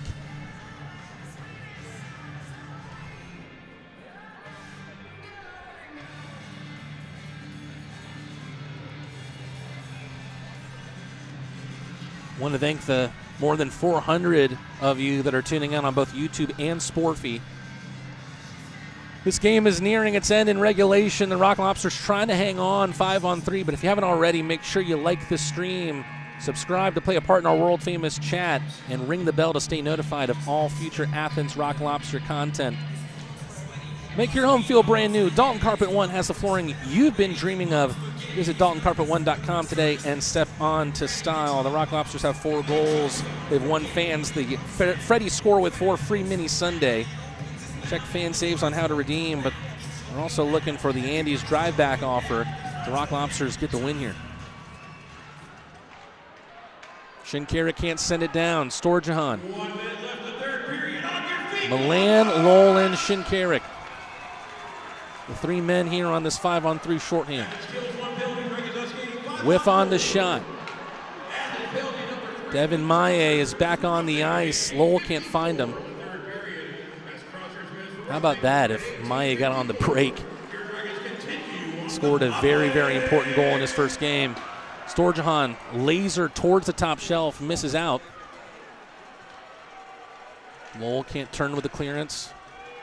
Puck lofted high into the night sky. Moore trying to dance with it. Milan has Shinkaruk up ahead.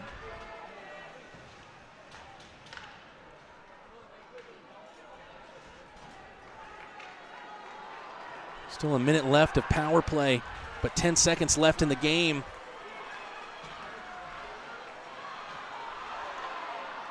Neely up ahead. Just seconds to go. Neely with the shot, saved by Roy. The Rock Lobsters earn a point out of this game, but can they earn 2? We go into a 5-minute overtime period. The River Dragons will start on the power play, but in a game that after the first period looked so likely to end in 3 points for the River Dragons, the best they can now get is 2. Still looking for their first win against the Rock Lobsters this season. Will they get it, or will the Rock Lobsters do what was unthinkable after 20? Stay tuned here. You are not going to want to miss this one. At Athens Stonecasting, Don Hill oversees acres of sculptures poured from thousands of molds, endless possibilities for neighbors who envision unique gardens. Craig Meeks at First American Bank and Trust caught that vision. Together, Don and Craig create solutions that keep the business teeming with new gifts for the garden. Vision. It's one of the core convictions we live by. Learn more about what we stand for at firstamericanishere.com. First American Bank and Trust. Maybe not today, maybe not tomorrow, but soon your toilet will clog again. What if it won't flush? We'll always repair it. Nobody puts baby in a flooded corner. Maybe I should still fix it. You had me at hello. We've got same-day service. Plumbing completes me.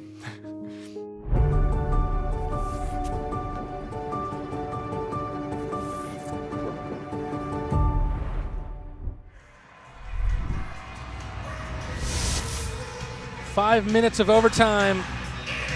It'll be 4-on-3 to start out. Rock Lobsters against the River Dragons. 50 more seconds of Columbus power play. And taking a look at the stats, taking a look at their line, neither of these teams have lost in overtime this year. The Rock Lobsters 3-0 in all games that have taken extra hockey. The River Dragons 2-0. Someone's O has got to go here. Lowell wins a faceoff, but it might not have been the right move. Carter Shinkaruk, great poke check there against Kyle Moore. Moore, someone that Shinkaruk will know all too well. Milan, a great move to his left, couldn't complete it. Barrow on the near side. Shinkaruk chasing down Storjahan. Barrow, left circle, wrister, Lavalier with a save.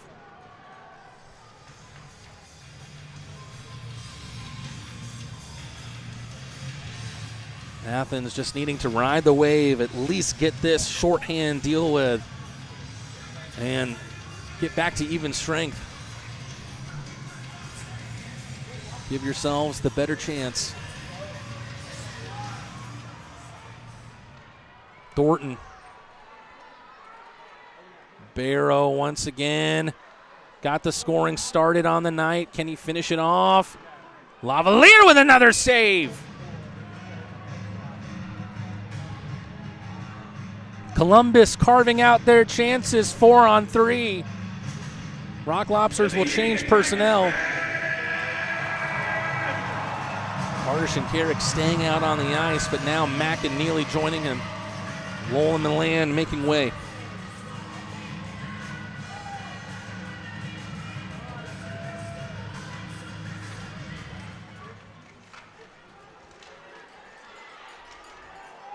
Neely can't shepherd it. Barrow once again getting free in the left circle. Storjahan shot blocked by Mack.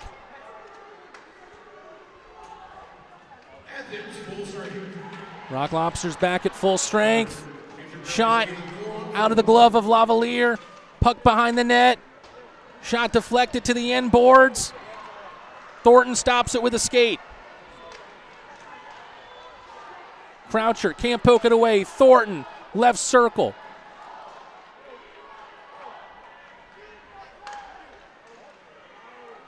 Power play over for the River Dragons, but pressure still in the Rock Lobster zone. Croucher takes it away. Will he pop the River Dragons bubble? Finds Neely! Ah! Rock Lobsters weather the storm against the River Dragons and score the overtime winner, the veteran Eric Neely. From an improbable place, Rock Lobsters down 3-0 after the first. They go on to win it 6-5 in overtime.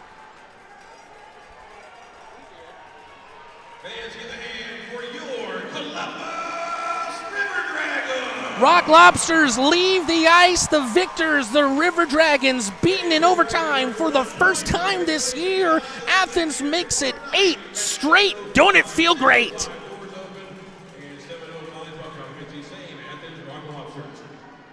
You started to feel towards the end of this game that maybe the Rock Lobsters rescued a point. They were down 3 goals at 3-0 at the end of the first period. They never counted themselves out. In the second frame, that was when they started being the beneficiaries of calls going their way, and they made no mistake when they were on the power play, but they themselves then gave opportunities to the hosts with a man advantage to, at some point, put this game away. Kyle Moore with a goal to make it 5-4 at one point. And you start thinking to yourself, man, this team, maybe the win streak is going to end. Maybe, sometimes you've got to get beat. But then Joe Mack sweeps in an initial Brandon Picard shot at 15:38 of the third period to tie the game at 5 apiece.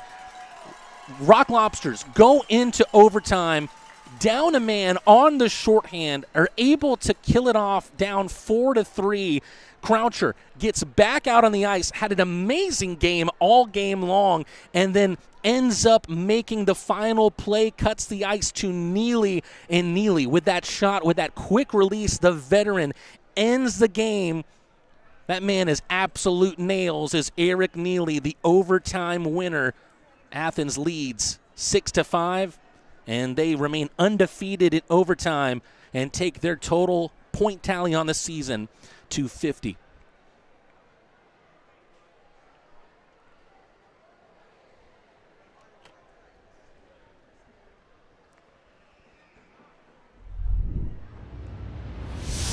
Well, Crustacean Nation, we've already been treated to some Game of the Year candidates this year, whether it be the Pee Dee Teddy Bear shutout win, the 7-6 Monroe Moccasin win, but we always know that there is bound to be some drama when we come to the Dragons' den, and sometimes the Dragons come in breathing fire. They scored 3 goals on the Rock Lobsters in the first period, and Athens, while they looked dejected coming out after the first 20, they entered the second frame with a whole new mindset, a whole new frame of mentality, a whole new energy, and with that, they were able to force penalties. They were able to get themselves with power play opportunities, able to tie the game at 4-4 after 40, and then Kyle Moore answers back for the River Dragons, puts the team back up 1 goal, and you thought, it was a great comeback effort, but maybe they just put themselves behind too late. No, the Rock Lobsters never count themselves out. Joe Mack ties the game at 5 apiece. Luke Croucher with a penalty late on in regulation. It carries over to overtime, gets fresh out of the box, and Luke Croucher, who was amazing all game long, finishes off the night with a perfect pass to Neely, who then buries it in overtime. Neely's 10th of the year, and what a goal it is. Let's take a look at some of the stats around the team. Right now, they're not giving Luke Croucher his goal. We'll see if we can get that changed. The goal that started his scoring on the night to make it 4-2. So it should be a 4-point night for Luke Croucher. He leads all Rock Lobsters with 4 points, and he actually leads all skaters with 4 points. So 2 goals, 2 assists for Luke Croucher, including the assist that ended the night. Garrett Milan with 1 goal on the night. Right now it's giving him 2. That's where the misattributed Luke Croucher goal is going to right now. Neely with a goal and an assist. Van Durken with that beautiful rounding of the goaltender. Mack that tied it up at 5 apiece. William Lavalier stays undefeated on the year, now 10-0. He remains the only undefeated goalie with more than 6 wins in the FPHL this season. Well, before we send you home, let's take a quick look at some of the score lines around the FPHL. I can't imagine that any of them were as entertaining as this one. So if you tuned into this one, you definitely tuned in to the right game. Binghamton Black Bears once again defeating the Danbury Hat Tricks 4-2. Port Huron Prowlers got the edge on the Bobcats 3-2. Twin City Thunderbirds shutout for them 3-0 against the Pee Dee Ice Cats. Maybe the Thunderbird defense is starting to turn around. Watertown Wolves up 6-4 against the Indiana Sentinels after Indiana was up in that game at home. Topeka Scarecrows and Baton Rouge Zydeco going to overtime themselves. You might want to go and tune into that one after this. Monroe Moccasins up 3-1 against the Biloxi Breakers. And also in the CFP, the Alabama Crimson Tide up 27-17 against the Oklahoma Sooners. Well, that's a little look at all of the action, whether it be on your primetime television or whether it be in the FPHL. It's another exciting night in Columbus. The Rock Lobsters come back down 3-0 and win in overtime 6-5. Eric Neely with a dagger dealt into the neck of the Dragons. We'll be back here tomorrow, this time puck drop at 7:05 instead of 7:35. And if tonight is any indication, you're not going to want to miss it. Rock Lobsters win 6-5 in overtime. Stay undefeated against the River Dragons this year, undefeated in overtime, and extend their winning streak